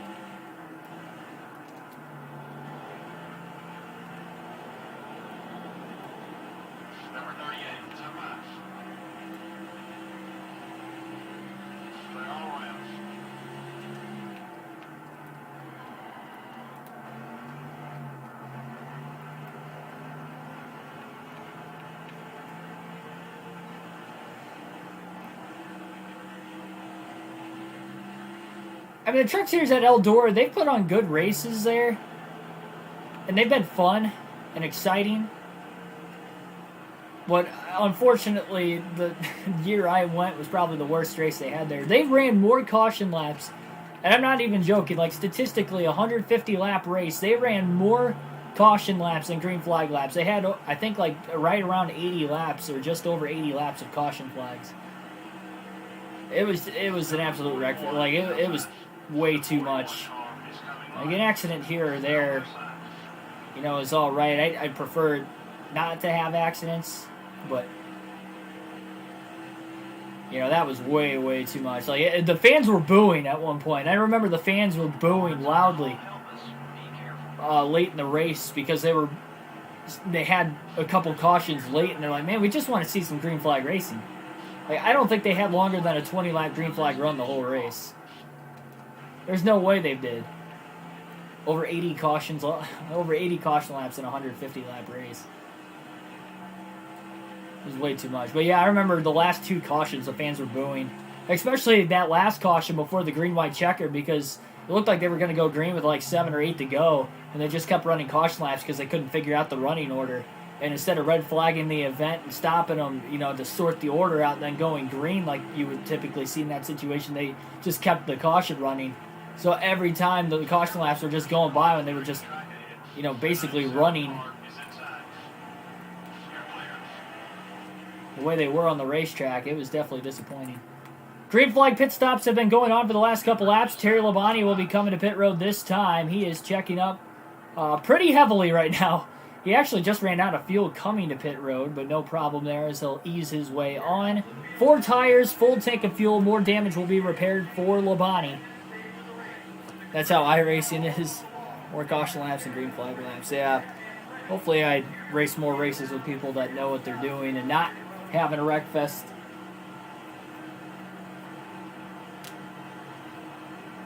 Should vlog every time I go to a NASCAR race. Yeah, I started doing that last year. I didn't have the channel until last year, so that's the only reason I did it. So I have my... I'll do more in the vlogs than what I did last year. Like, last year was basically, like, race highlights, but I'll actually vlog the whole trip starting next year. It was a little different with the pandemic, that there's not a lot of pre-race festivities that went on, so that's why I just did the race highlights. But I kind of want to do, like, the full trip next year for every race I go to, because I plan on going to a lot of races next year. I was supposed to go to a lot this year, but because of the pandemic, I was only able to go to 3 races. Only 2 points races, because the Bristol All-Star race was just kind of out of a whim, because I didn't go to a race up until that point. So Labonte just came to pit road. Oh man, he tried to brake heavily. Dale Jarrett was coming to pit road there, and Labonte almost ran into the back of him. There was a similar situation earlier in the race with Steve Park, though he was a lap car at the time, but even still, Labonte almost did the same thing there.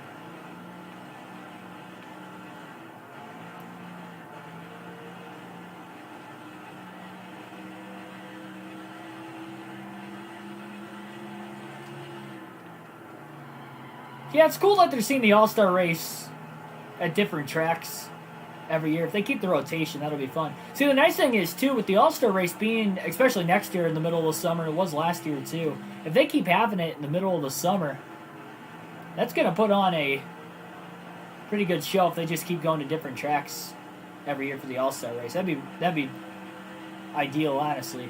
Because you can literally see an All-Star race at every single racetrack in the middle of the summer. They could go anywhere. If it's down south, just have it in the nighttime so it's a little bit cooler in the summertime, and then just have the tracks where you would see a day race because they don't have lights, and you have it there too.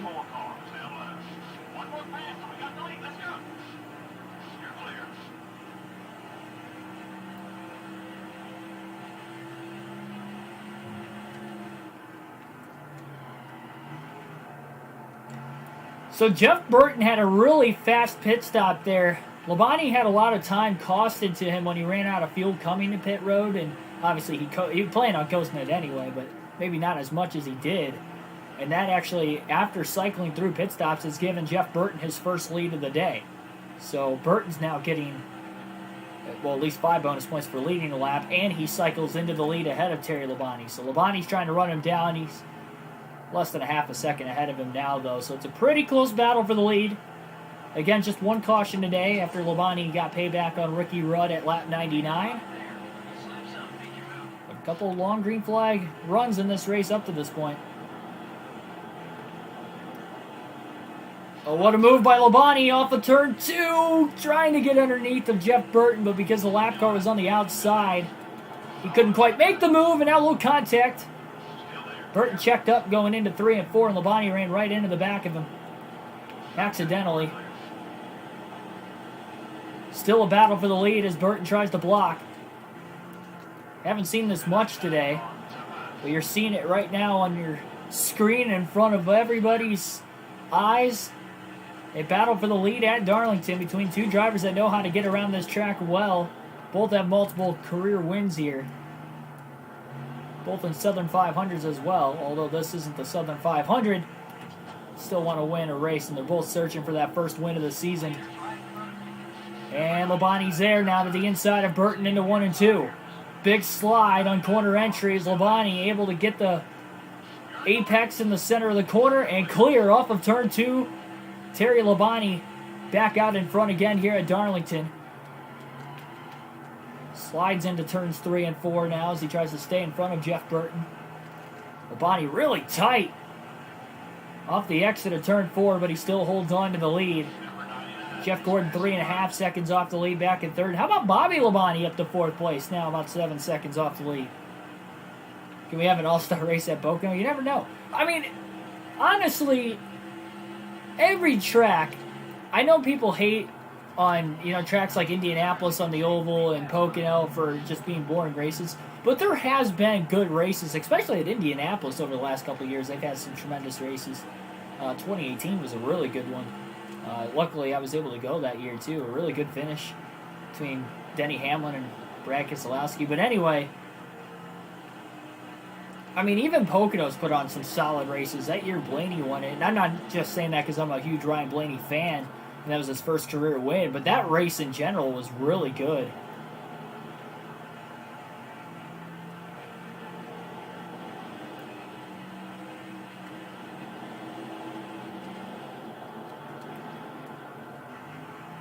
But every track is definitely capable of putting on a good show. At least from time to time, if not more often, depending on what track it is.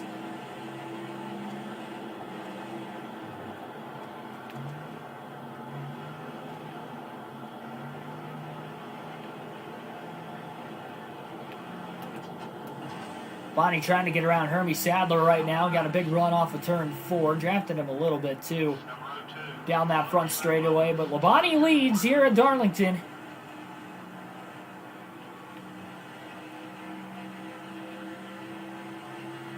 We are just past halfway, about 15 to 20 laps past the halfway mark. Oh, car on the wall! Car on the wall in turns 3 and 4. Labonte checked up. I'm not sure who it was. I thought for a second they spun out, but I guess they didn't. Labonte wasn't sure if the car was actually spinning or not. There's no caution as we stay green.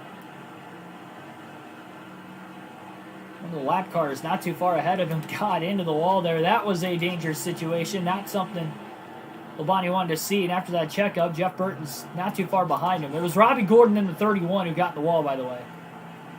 Earning another Darlington stripe for himself. 3 wide to the bottom goes Terry Labonte now.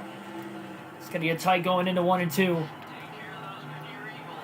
And because they're side by side, he can't get around either one of them.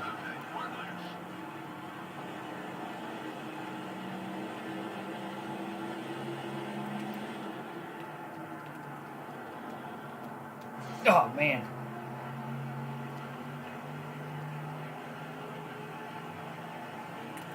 Another hit into the wall there for Terry Labonte off of turn 4. And again, Jeff Burton closes the gap. Now, Burton still got to get around the lap car of Hermie Sadler.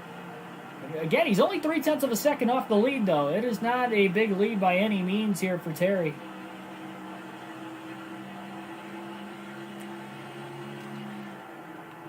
I would have rather, if they were going to turn any track into a short track, Auto Club would not have been my first choice. Honestly, I think, that Auto Club is one of the top half, tier racetracks in NASCAR. And they put on a pretty good race there last season, too.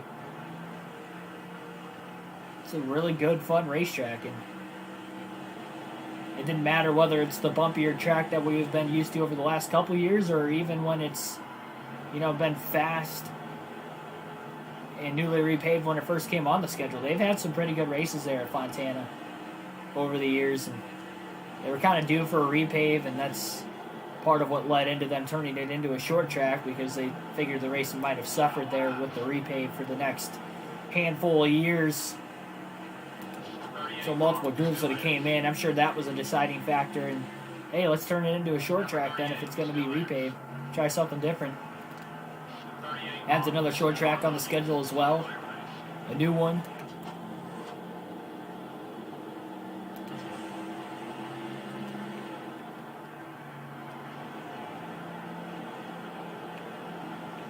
Bonnie trying to get around Robbie Gordon. Through turns 1 and 2. Got to his inside. He'll try to make the pass into 3 and 4. Oh boy, a little contact. That was a dangerous spot to have it too. Right on Labonte's right rear. Jeff Burton starting to lose a little bit more time. He's 2.4 off the lead again. That time Labonte in 1 and 2 will get around Robbie Gordon. I believe we have about 2 more pit stops left in this race, if I do my math correctly. Again, that last pit stop came right before lap 160. Lap 155, right around there, was the last pit stop. Jeff Gordon's railing in the second place driver of Jeff Burton. He's only a couple car lengths now behind Burton. Burton's mainly struggled to get around Hermie Sadler this entire time, and he has lost touch of Terry Labonte, and Gordon closing that gap as well.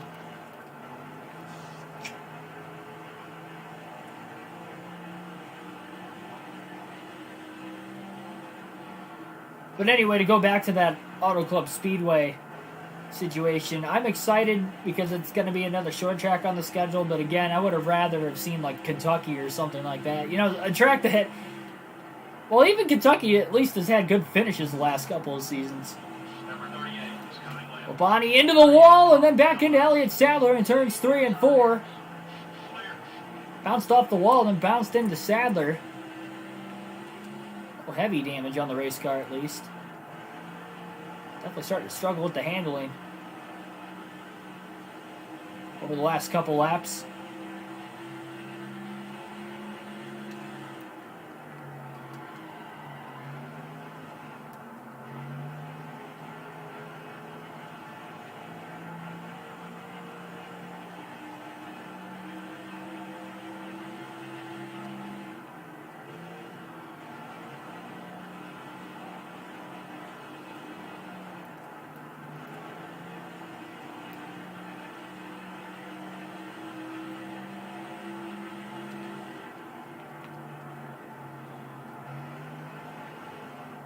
Terry Labonte hasn't clinched the most laps led yet, but he has to be close.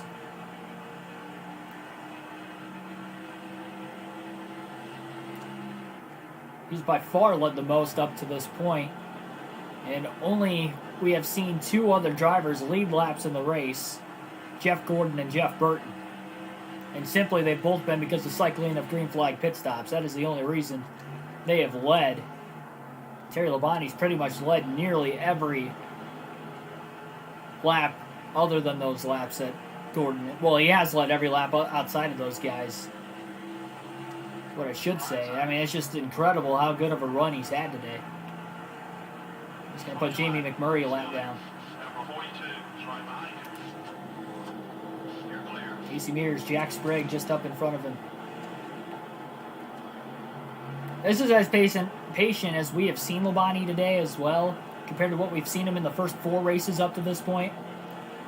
And I'm sure that's got to be helping him with his run as well. But we've seen this over the last 3 races where he's either leading or he's at least got a fast car capable of leading a lot of laps, and he hasn't been able to finish the job by just simply getting to the end of the race to get himself a good finish, if not a win. But maybe this could be the day for Labonte to get that first win of the season.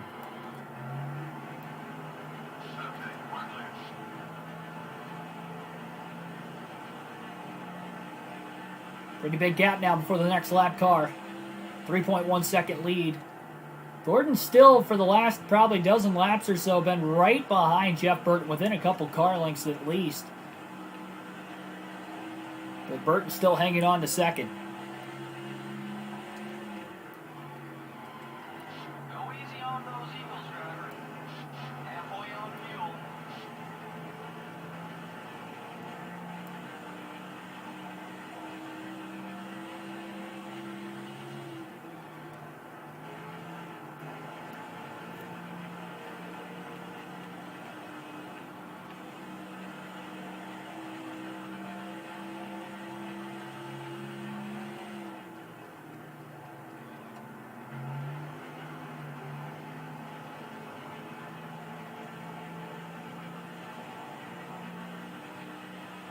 It should go decent way past the lap 200 mark before the next stop if we don't get a caution before that.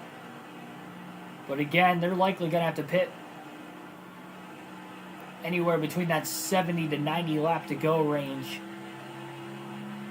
Therefore, that's why we would have another pit stop left after that. So it shouldn't be a fuel mileage race unless we get a caution that comes out pretty close to around when they have to hit pit road. Right at the edge of a pit window. That would be the only way we would have a fuel mileage race today.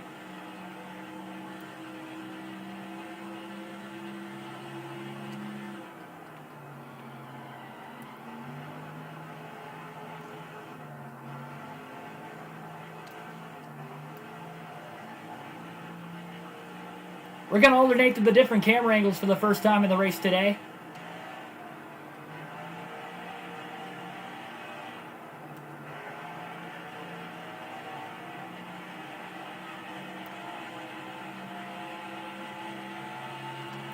Do this for about a dozen laps or so.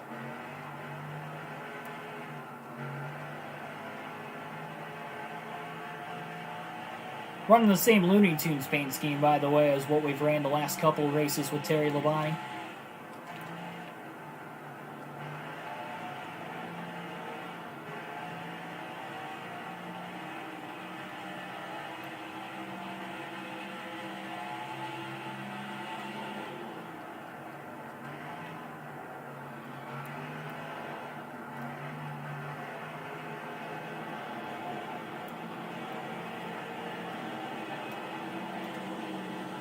Big run on Kevin Grubb, but Grubb's going to try to throw a block.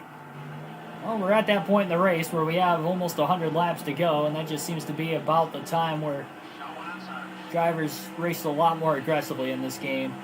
The AI in general. They're lap cars 5-6 laps down or more, or if they're lead lap cars battling for position, it doesn't matter. Labonte will get around Kevin Grubb pretty cleanly there.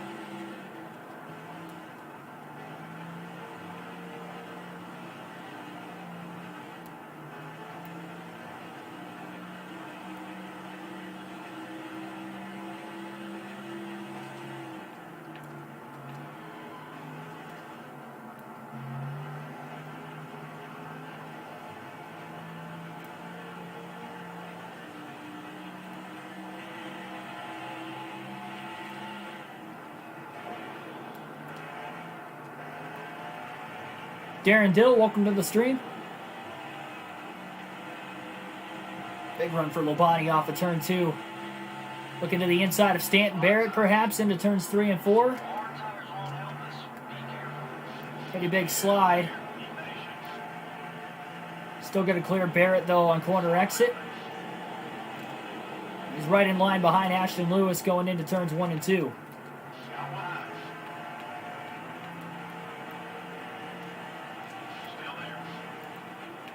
Labonte slides a little loose there off of turn 2. He hasn't cleared Lewis yet.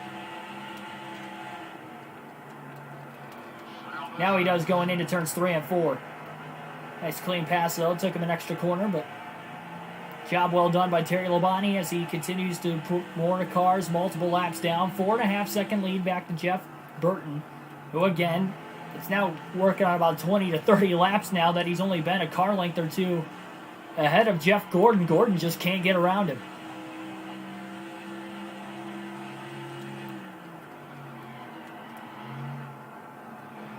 Well, so far today it's been pretty quiet for the most part. Only one caution. It was for Terry Labonte retrieving his payback on Ricky Rudd a lot earlier in today's race.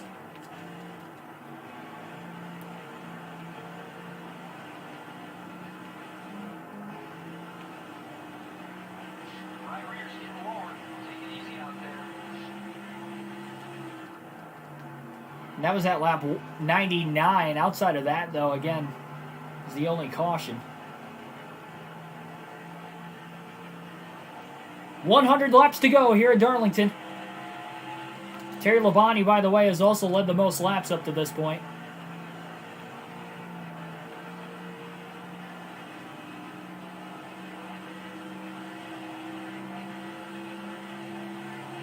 Still about 2 more pit stops remain.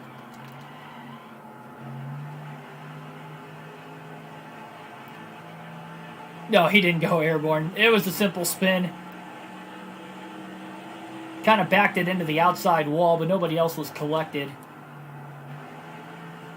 I was quite surprised, because by the time after he backed it into the wall, he kind of backed it again back down the racetrack from that point. Didn't seem like he had a lot of damage. Pretty sure he's still running.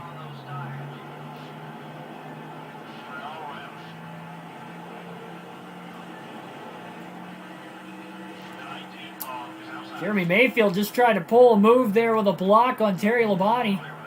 Labonte ran right into the back of him as Mayfield obviously wasn't clear down the front straightaway when he tried to make that move.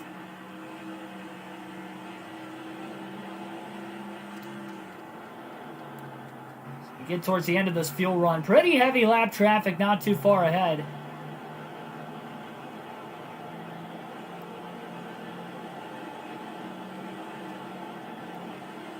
.7 second lead on Jeff Burton still.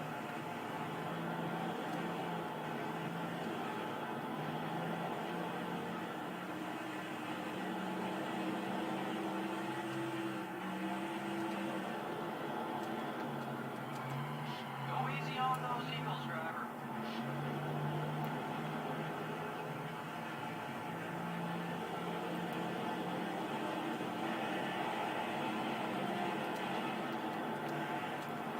Ooh, there's a little contact. Labonte right to the back bumper of Mayfield through turns 1 and 2. Labonte now to the inside of Mayfield off of turn 2. A little bump to moving a little high. Another slide going into turns 3 and 4. But Labonte will get around Mayfield there, but now he gets into the wall off of turn 4.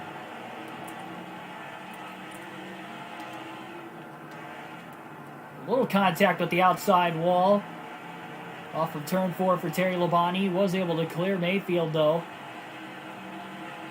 It's got a little too tight. So he gets a lot closer to his rival, Greg Biffle, and Biffle's already tried to take him out, not once but twice. And the first time he actually put him in the wall earlier in the race. But Labonte's looking to keep this clean here as we're at lap 200 in today's race. We'll go back to the far chase cam for now.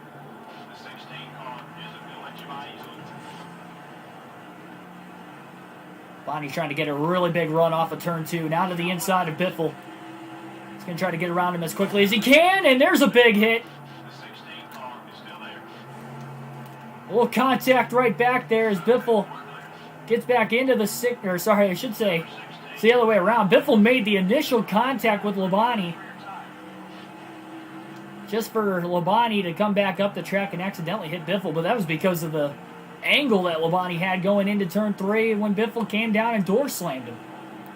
So now heavy damage on the right front of Labonte's race car, and he's got to be careful. Pit stop's coming up soon, and there's a big pack of lap cars in front of him, and I'm sure Labonte's just going to be patient here and let these guys race on. Just try to make it to his next pit stop. 4.6 second lead. He's going to take his time. No need to rush here. Still a decent amount of the race to go, and knowing that he's got damage and they're 2x2 ahead of him, there is no need for Labonte to really push this issue. He's pulling away from Biffle at least. And he's got another rival of Johnny Benson not too much further up ahead. Little contact to the back of Mike Skinner off of turn 4. Skinner checked up as Fittipaldi about got in the wall and about got into Kyle Petty as well. Bonnie's going to get around Skinner. Probably going to be seeing the first of the drivers to hit pit road during the next stop within the next couple laps. 90 laps to go now this time by.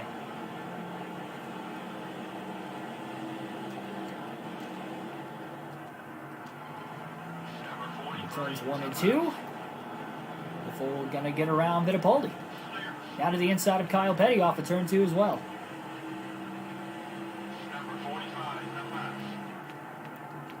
Tries to outbrake Kyle Petty. And he does and clears him. Nice clean pass. In line now behind Jeff Green off of turn 4. Big run off of 4. Labonte to the inside of Green. So he was extra patient to get around really all 4 of those guys. Oh, just about. I think he did tag the wall a little bit. More so with the right rear than the right front at least. Surprised he didn't slap the right front onto it after the right rear tagged the wall slightly. Keep the tires in good shape to be fast, buddy.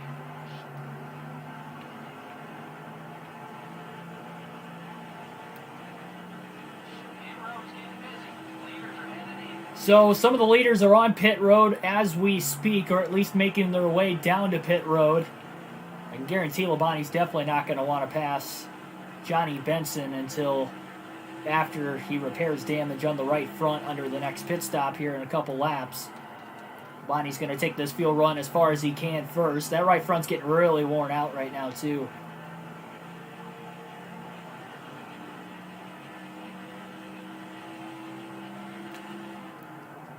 Labonte's done a pretty good job getting to pit road today. But on extremely old tires again, he's going to try to coast it. He's only got to come to pit road 2 more times.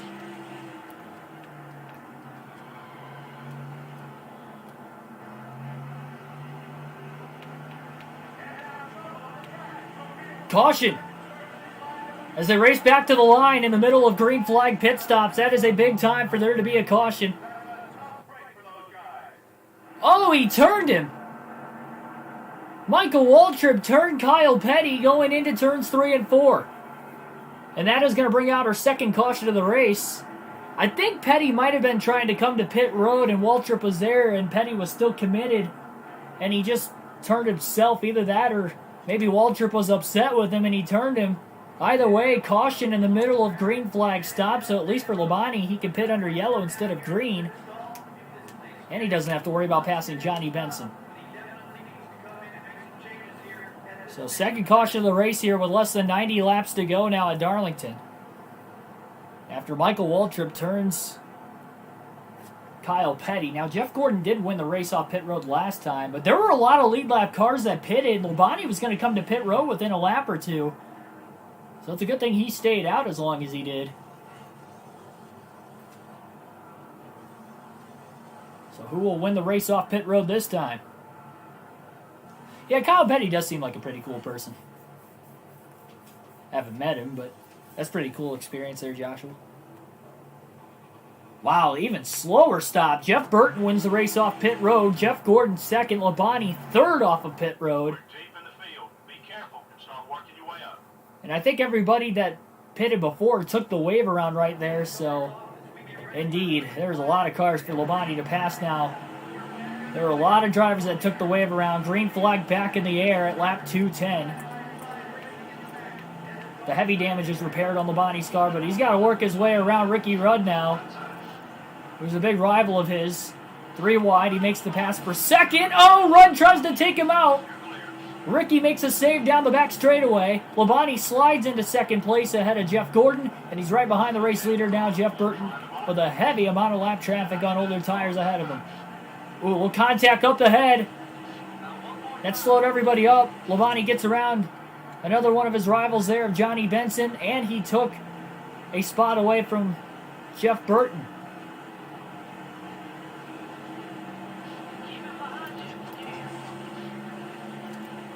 sure who the top two are right now. I think some drivers might have stayed out of the pits completely, or maybe they were on pit road when the caution came out and they were able to stay in the lead lap that way. Either way, Bobby Labonte's leading this race and scored 5 bonus points, and Kurt Busch is in second right behind him.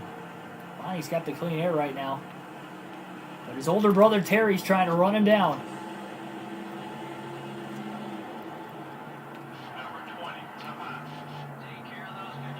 Terry's probably driving as hard now as what he has all day up to this point.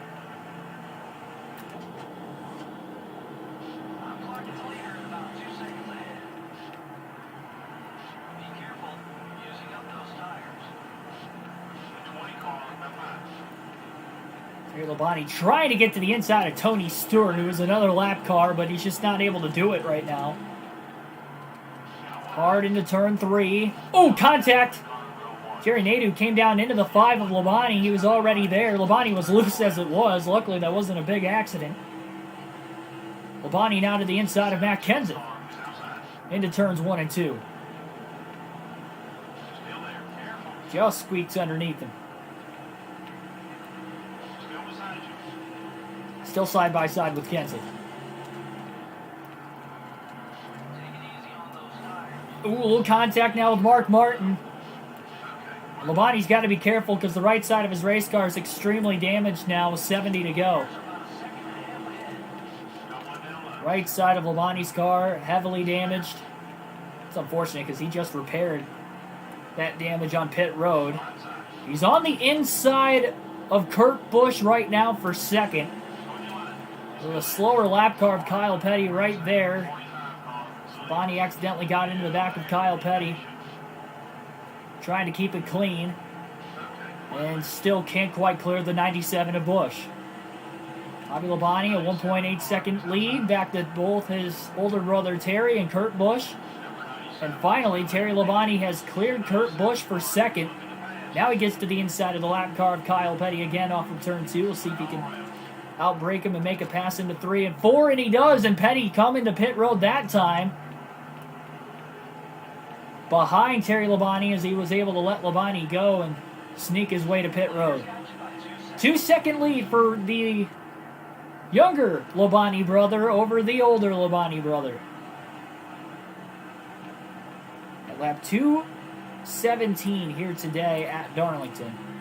And again, 2 cautions up to this point.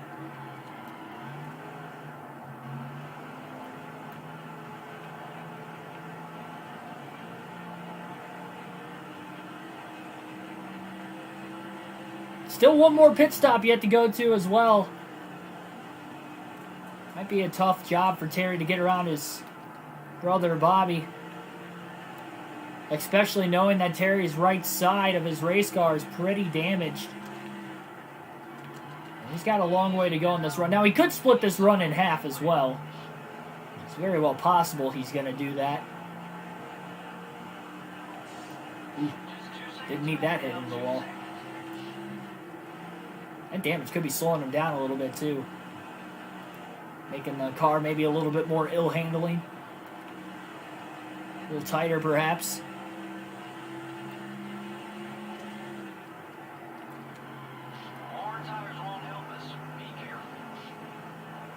I think it's just the graphics of games nowadays makes it seem like the track is tighter. And plus you gotta figure too, safer barrier in today's games versus no safer barrier on the walls here probably makes the track look a little bit wider.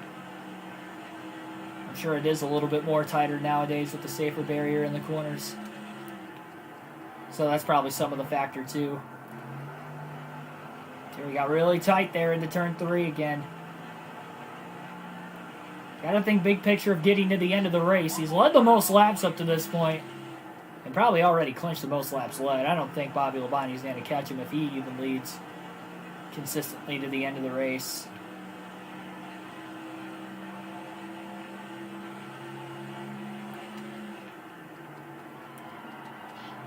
I have not raced on the Tiburon track, no. I still haven't unlocked it yet either.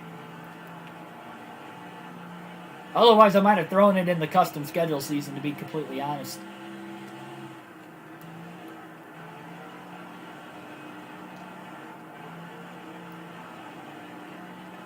And Terry is slowly closing in on Bobby Labonte, but not by a whole lot.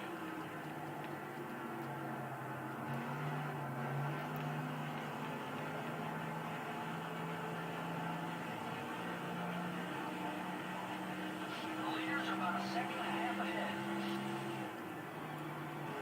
Could have a good battle for the lead here late between the Labonte brothers, though, that's for sure. Terry stuck turns 1 and 2 beautifully right there. He's going to carry a lot of speed into turn 3. Look at how fast. 187 miles an hour at Darlington going into turn 3. Incredible how fast these cars are going today. Terry Labonte is hauling. Now we have 70 to go. Kind of called earlier that we had 70 laps left. That was wrong. Did my math wrong again there. We had about 80 to go. And Labonte, another Darlington stripe in turns 1 and 2 right there. Terry, at least. I guess I got to be more specific now that the Labonte brothers are running 1-2 on the racetrack. They need some of that grip later.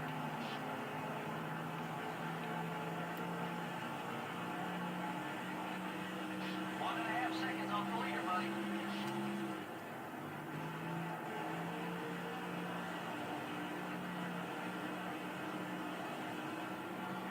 NASCAR Heat 2002.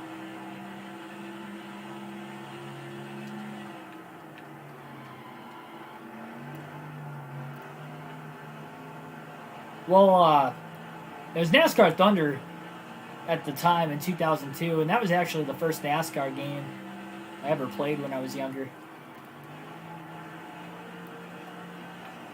Very, very first one. I don't really have too many memories of that game, but I do remember that that was the first game I played when I was younger. So, yeah, I like it.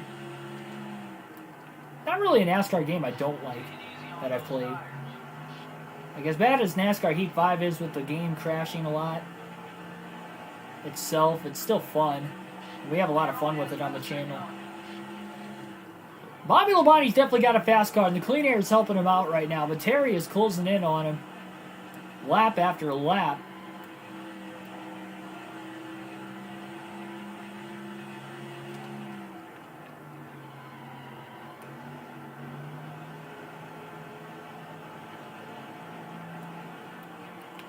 Labonte got loose off of 4, barely keeps it off the wall.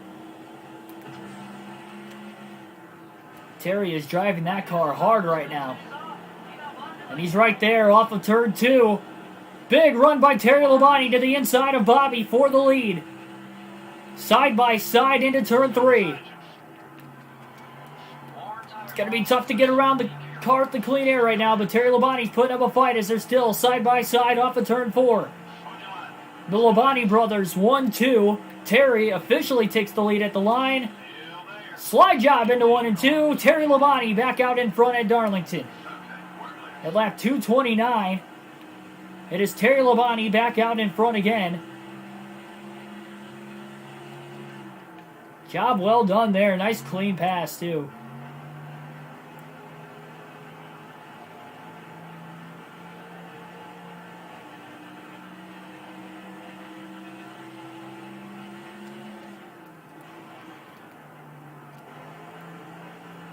Wow. Barely kept it off the wall in 1 and 2. Again, he's got to save the right side of his race car. It's going to become more crucial as they get into lap traffic. Knowing there is one more pit stop, at least Labonte knows he can repair his damage at least one more time today. Going to try to get around the lap car of Kevin Grubb here as quickly as he can. And he'll have another big gap before the next lap car.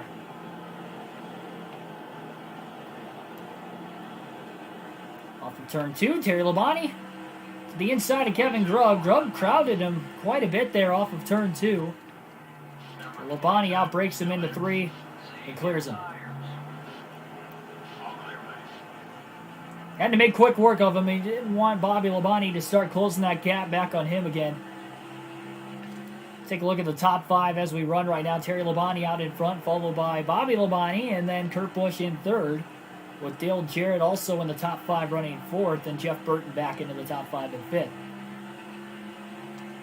Gordon, who was in the top 3 all day, is outside the top 5 now. Jeff Burton, who's really been in the top 3 all day, is in 5th right now. So that caution definitely shook the running order And it trapped quite a few drivers a lap down, if not maybe more than one lap down.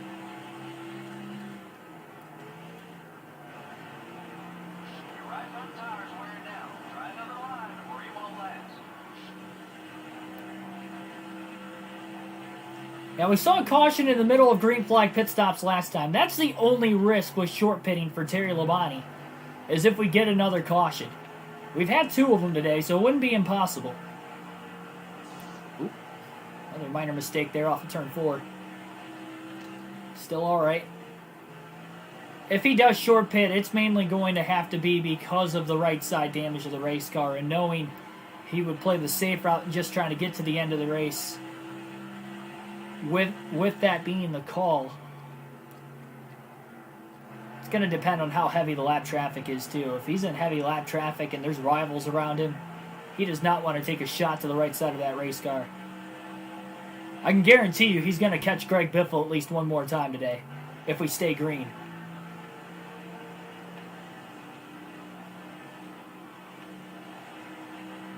We have less than 60 laps to go here at Darlington. It'd be pretty cool to see the Labonte brothers finish 1-2 today. Maybe even battle it out more for the win late. That's possible too. You've seen a lot more lead changes in the second half of this race, though, I've known. Or that we've come to see.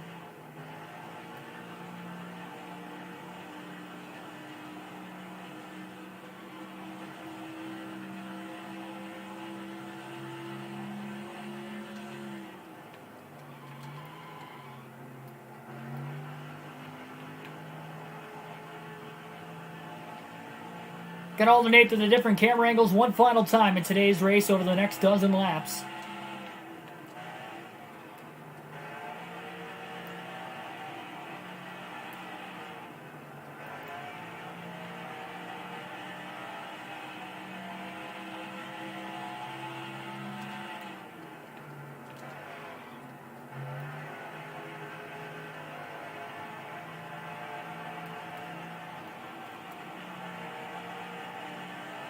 Really loose off of turn 4 again there. Barely kept it off the wall.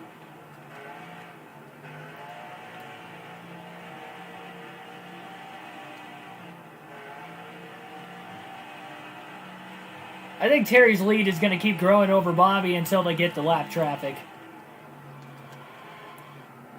I think the only other reason, or the only other way he would short pit as soon as that window opens in a couple laps is if any of the other top 5 drivers short pit. He does not want to give him that 20 to 30 lap tire advantage for about another 20 to 30 laps. That will be way too costly.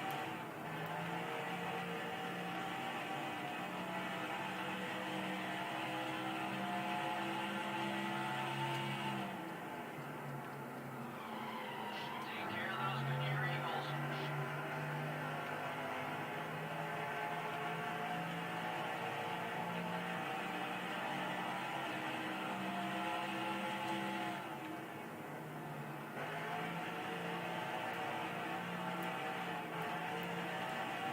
Next race on the channel for the full race live streams will be tomorrow on NASCAR Heat 5, as we'll be running at the Charlotte Roval for the Cup Series. Green flag pit stops are just starting right now. Again, Labonte going to keep an eye out on who exactly comes to pit road when they do.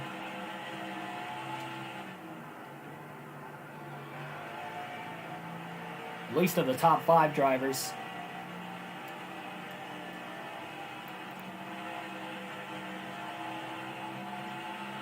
Might start spacing the field out even more.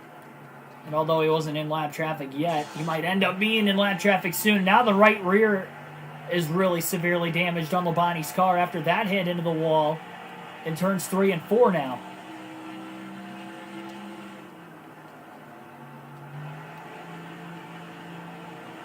The 23 call, now loose. Clear. Bonnie's already clinched the most laps led, so again, he's got that going for him. A lot of guys on fresh tires right around him right now that have just come out of the pits, and that's another hit into the wall for Labonte. The damage plus the older tires are costing him mightily right now is he's just going to let Robbie Gordon get on by as well as Kenny Wallace. He's not even going to battle him. There's been a lot of cars hitting pit road over the last couple laps. Again, Labonte's just got to be careful.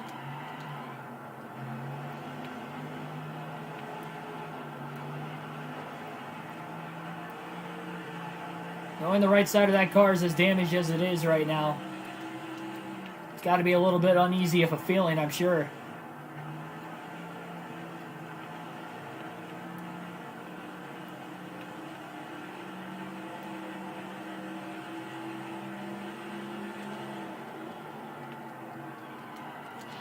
He's going to let Casey Mears go. He purposely dropped to the bottom of the racetrack. And here comes Bobby Labonte.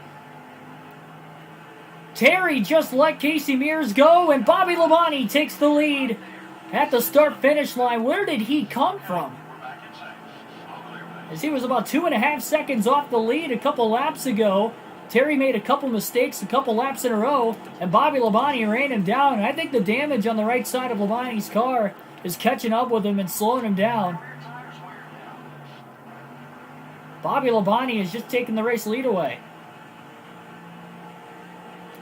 Pretty unbelievable there. Kurt Busch still about 2 seconds off the lead yet. Now we got another battle for the lead again.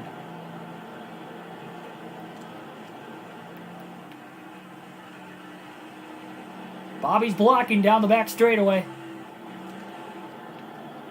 Terry going to try to back up turns 3 and 4.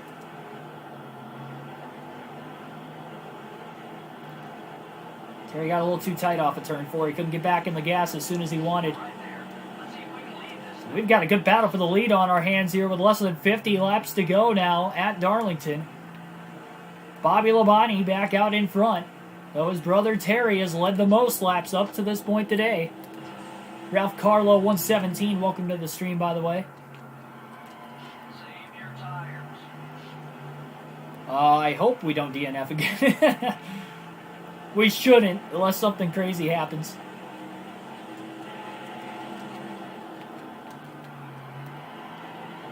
That was a big slide going into 1 and 2. Terry Labonte all over the back of Bobby, looking inside off of turn 2. Bobby almost got in the wall. Terry is right there. Really loose into turns 3 and 4. Trying to grip up side by side now through turns 3 and 4 for the lead. Bobby hangs on to it. We'll stick with the far chase cam for the rest of the race. Terry Labonte again on the inside in turns 1 and 2. Clears Bobby Labonte. Terry Labonte back out in front off of turn 2. Great battle for the lead going on right now. The later going. Terry might have lifted a little too much. Bobby closes the gap. And what a move to the outside goes Bobby Labonte to take the lead back again. What a pass on the outside.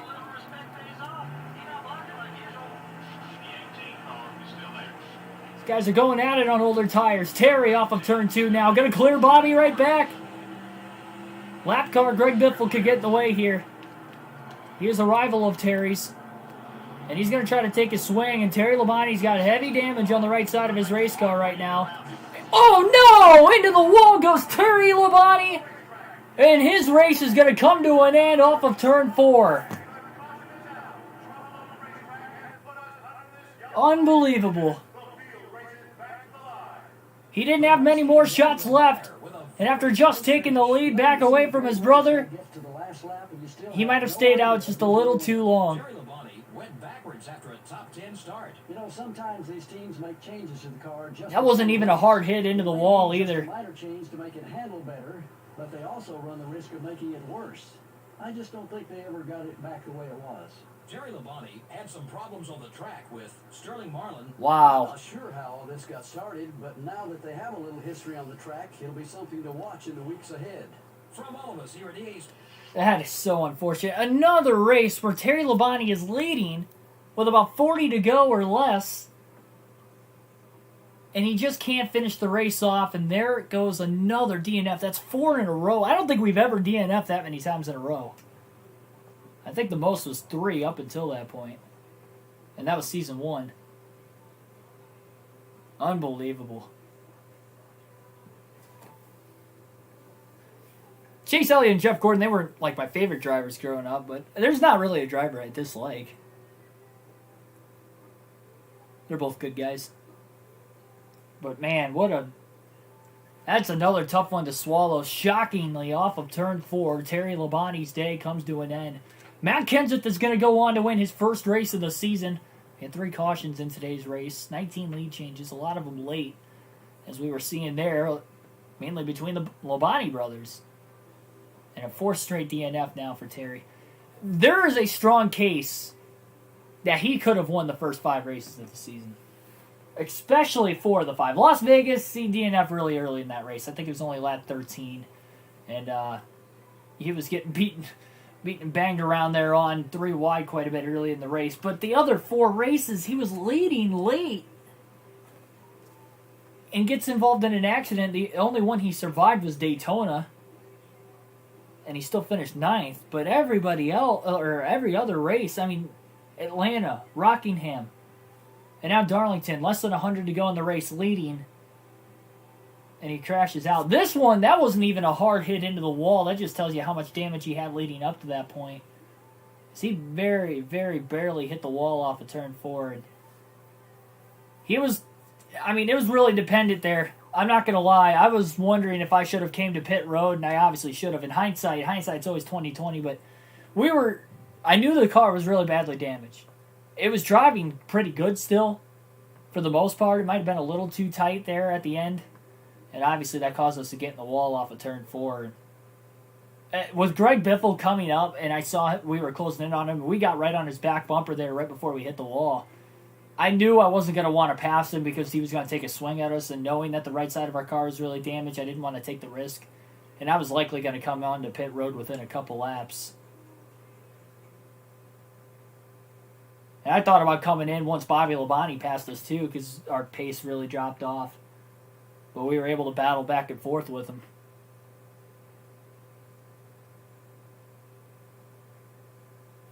That is terrible. I want to win this championship so badly.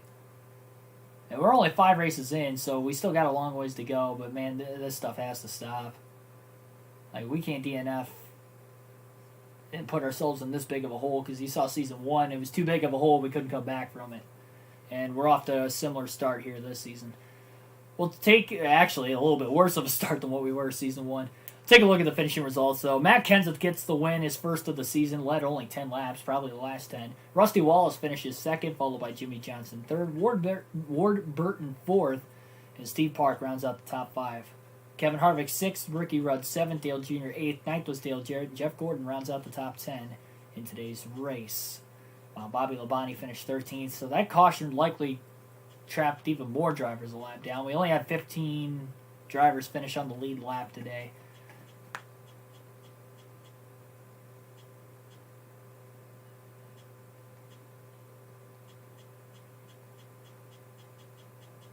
Take a look at who all DNF'd in today's race as well. Brett Bodine, Kevin LePage, Sterling Marlin all had engine failures.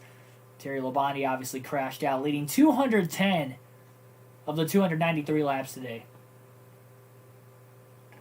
Tough break. Christian Fittipaldi was the last driver that finished in 39th, so we had 4 DNFs. We're going to take a look at the points here. We probably fell back even further. We're probably like right around 40th in points now. No joke. But again, we're only 5 races in, so we're not that many points behind.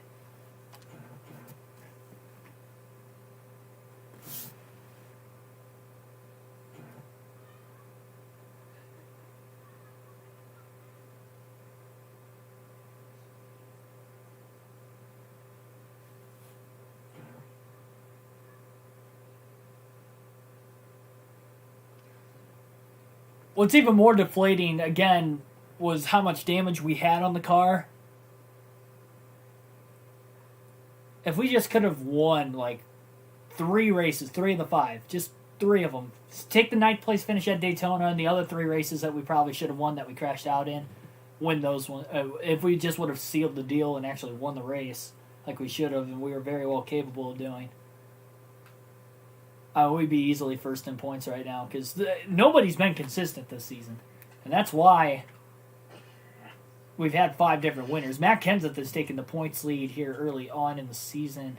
Just going to take a quick glance. Again, he's only 14 points ahead. But look at this. I mean, it tells you how early we are in the season. That everybody in the top 17 in points are all within 1 race of each other because there's been no consistency for anybody. Terry Labonte's probably been the most inconsistent, but 38th in points.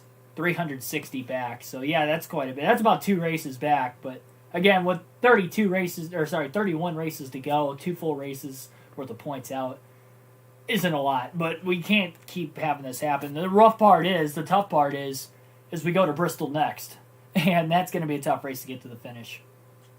But I'll do my best. So, take a look at the upcoming schedule here. Again, the next 3 races. We go to Bristol on Sunday. And then we will be going to Texas on Monday. And I believe we might have Talladega coming up next week as well. But those will all be next week. Next NASCAR Thunder 04 stream, again, Sunday at Bristol for the Food City 500. And then the next stream will be tomorrow on the channel for NASCAR Heat 5, as we'll go to the Charlotte Roval. It'll be the final race of the round of 12 there for the Cup Series. We had a fantastic race there for the Xfinity Series yesterday. Thanks, everybody, for watching. Like, share, but most importantly, subscribe for more daily NASCAR content. If you enjoy NASCAR, this is the place to be. We do these full race live streams with a realistic broadcast every day in the hopes of jump-starting my young broadcasting career. Thanks, everybody, for a good 2020, by the way. I kind of expressed that yesterday. Be on the lookout. We got another video coming out later today of the best finishes from 2020 on the channel with the actual race calls that went along with it as well. So thanks, everybody, for watching there. That compilation video will be out later today, and as well, I'll see you tomorrow. Start time for tomorrow's race at Bristol will be for tomorrow's race at the Charlotte Roval will be at 5 p.m. Eastern Standard Time. So at 5 p.m. Eastern Standard Time tomorrow, we'll be running at the Charlotte Roval on NASCAR Heat 5. Thanks, everybody, for watching, and I'll catch you next time.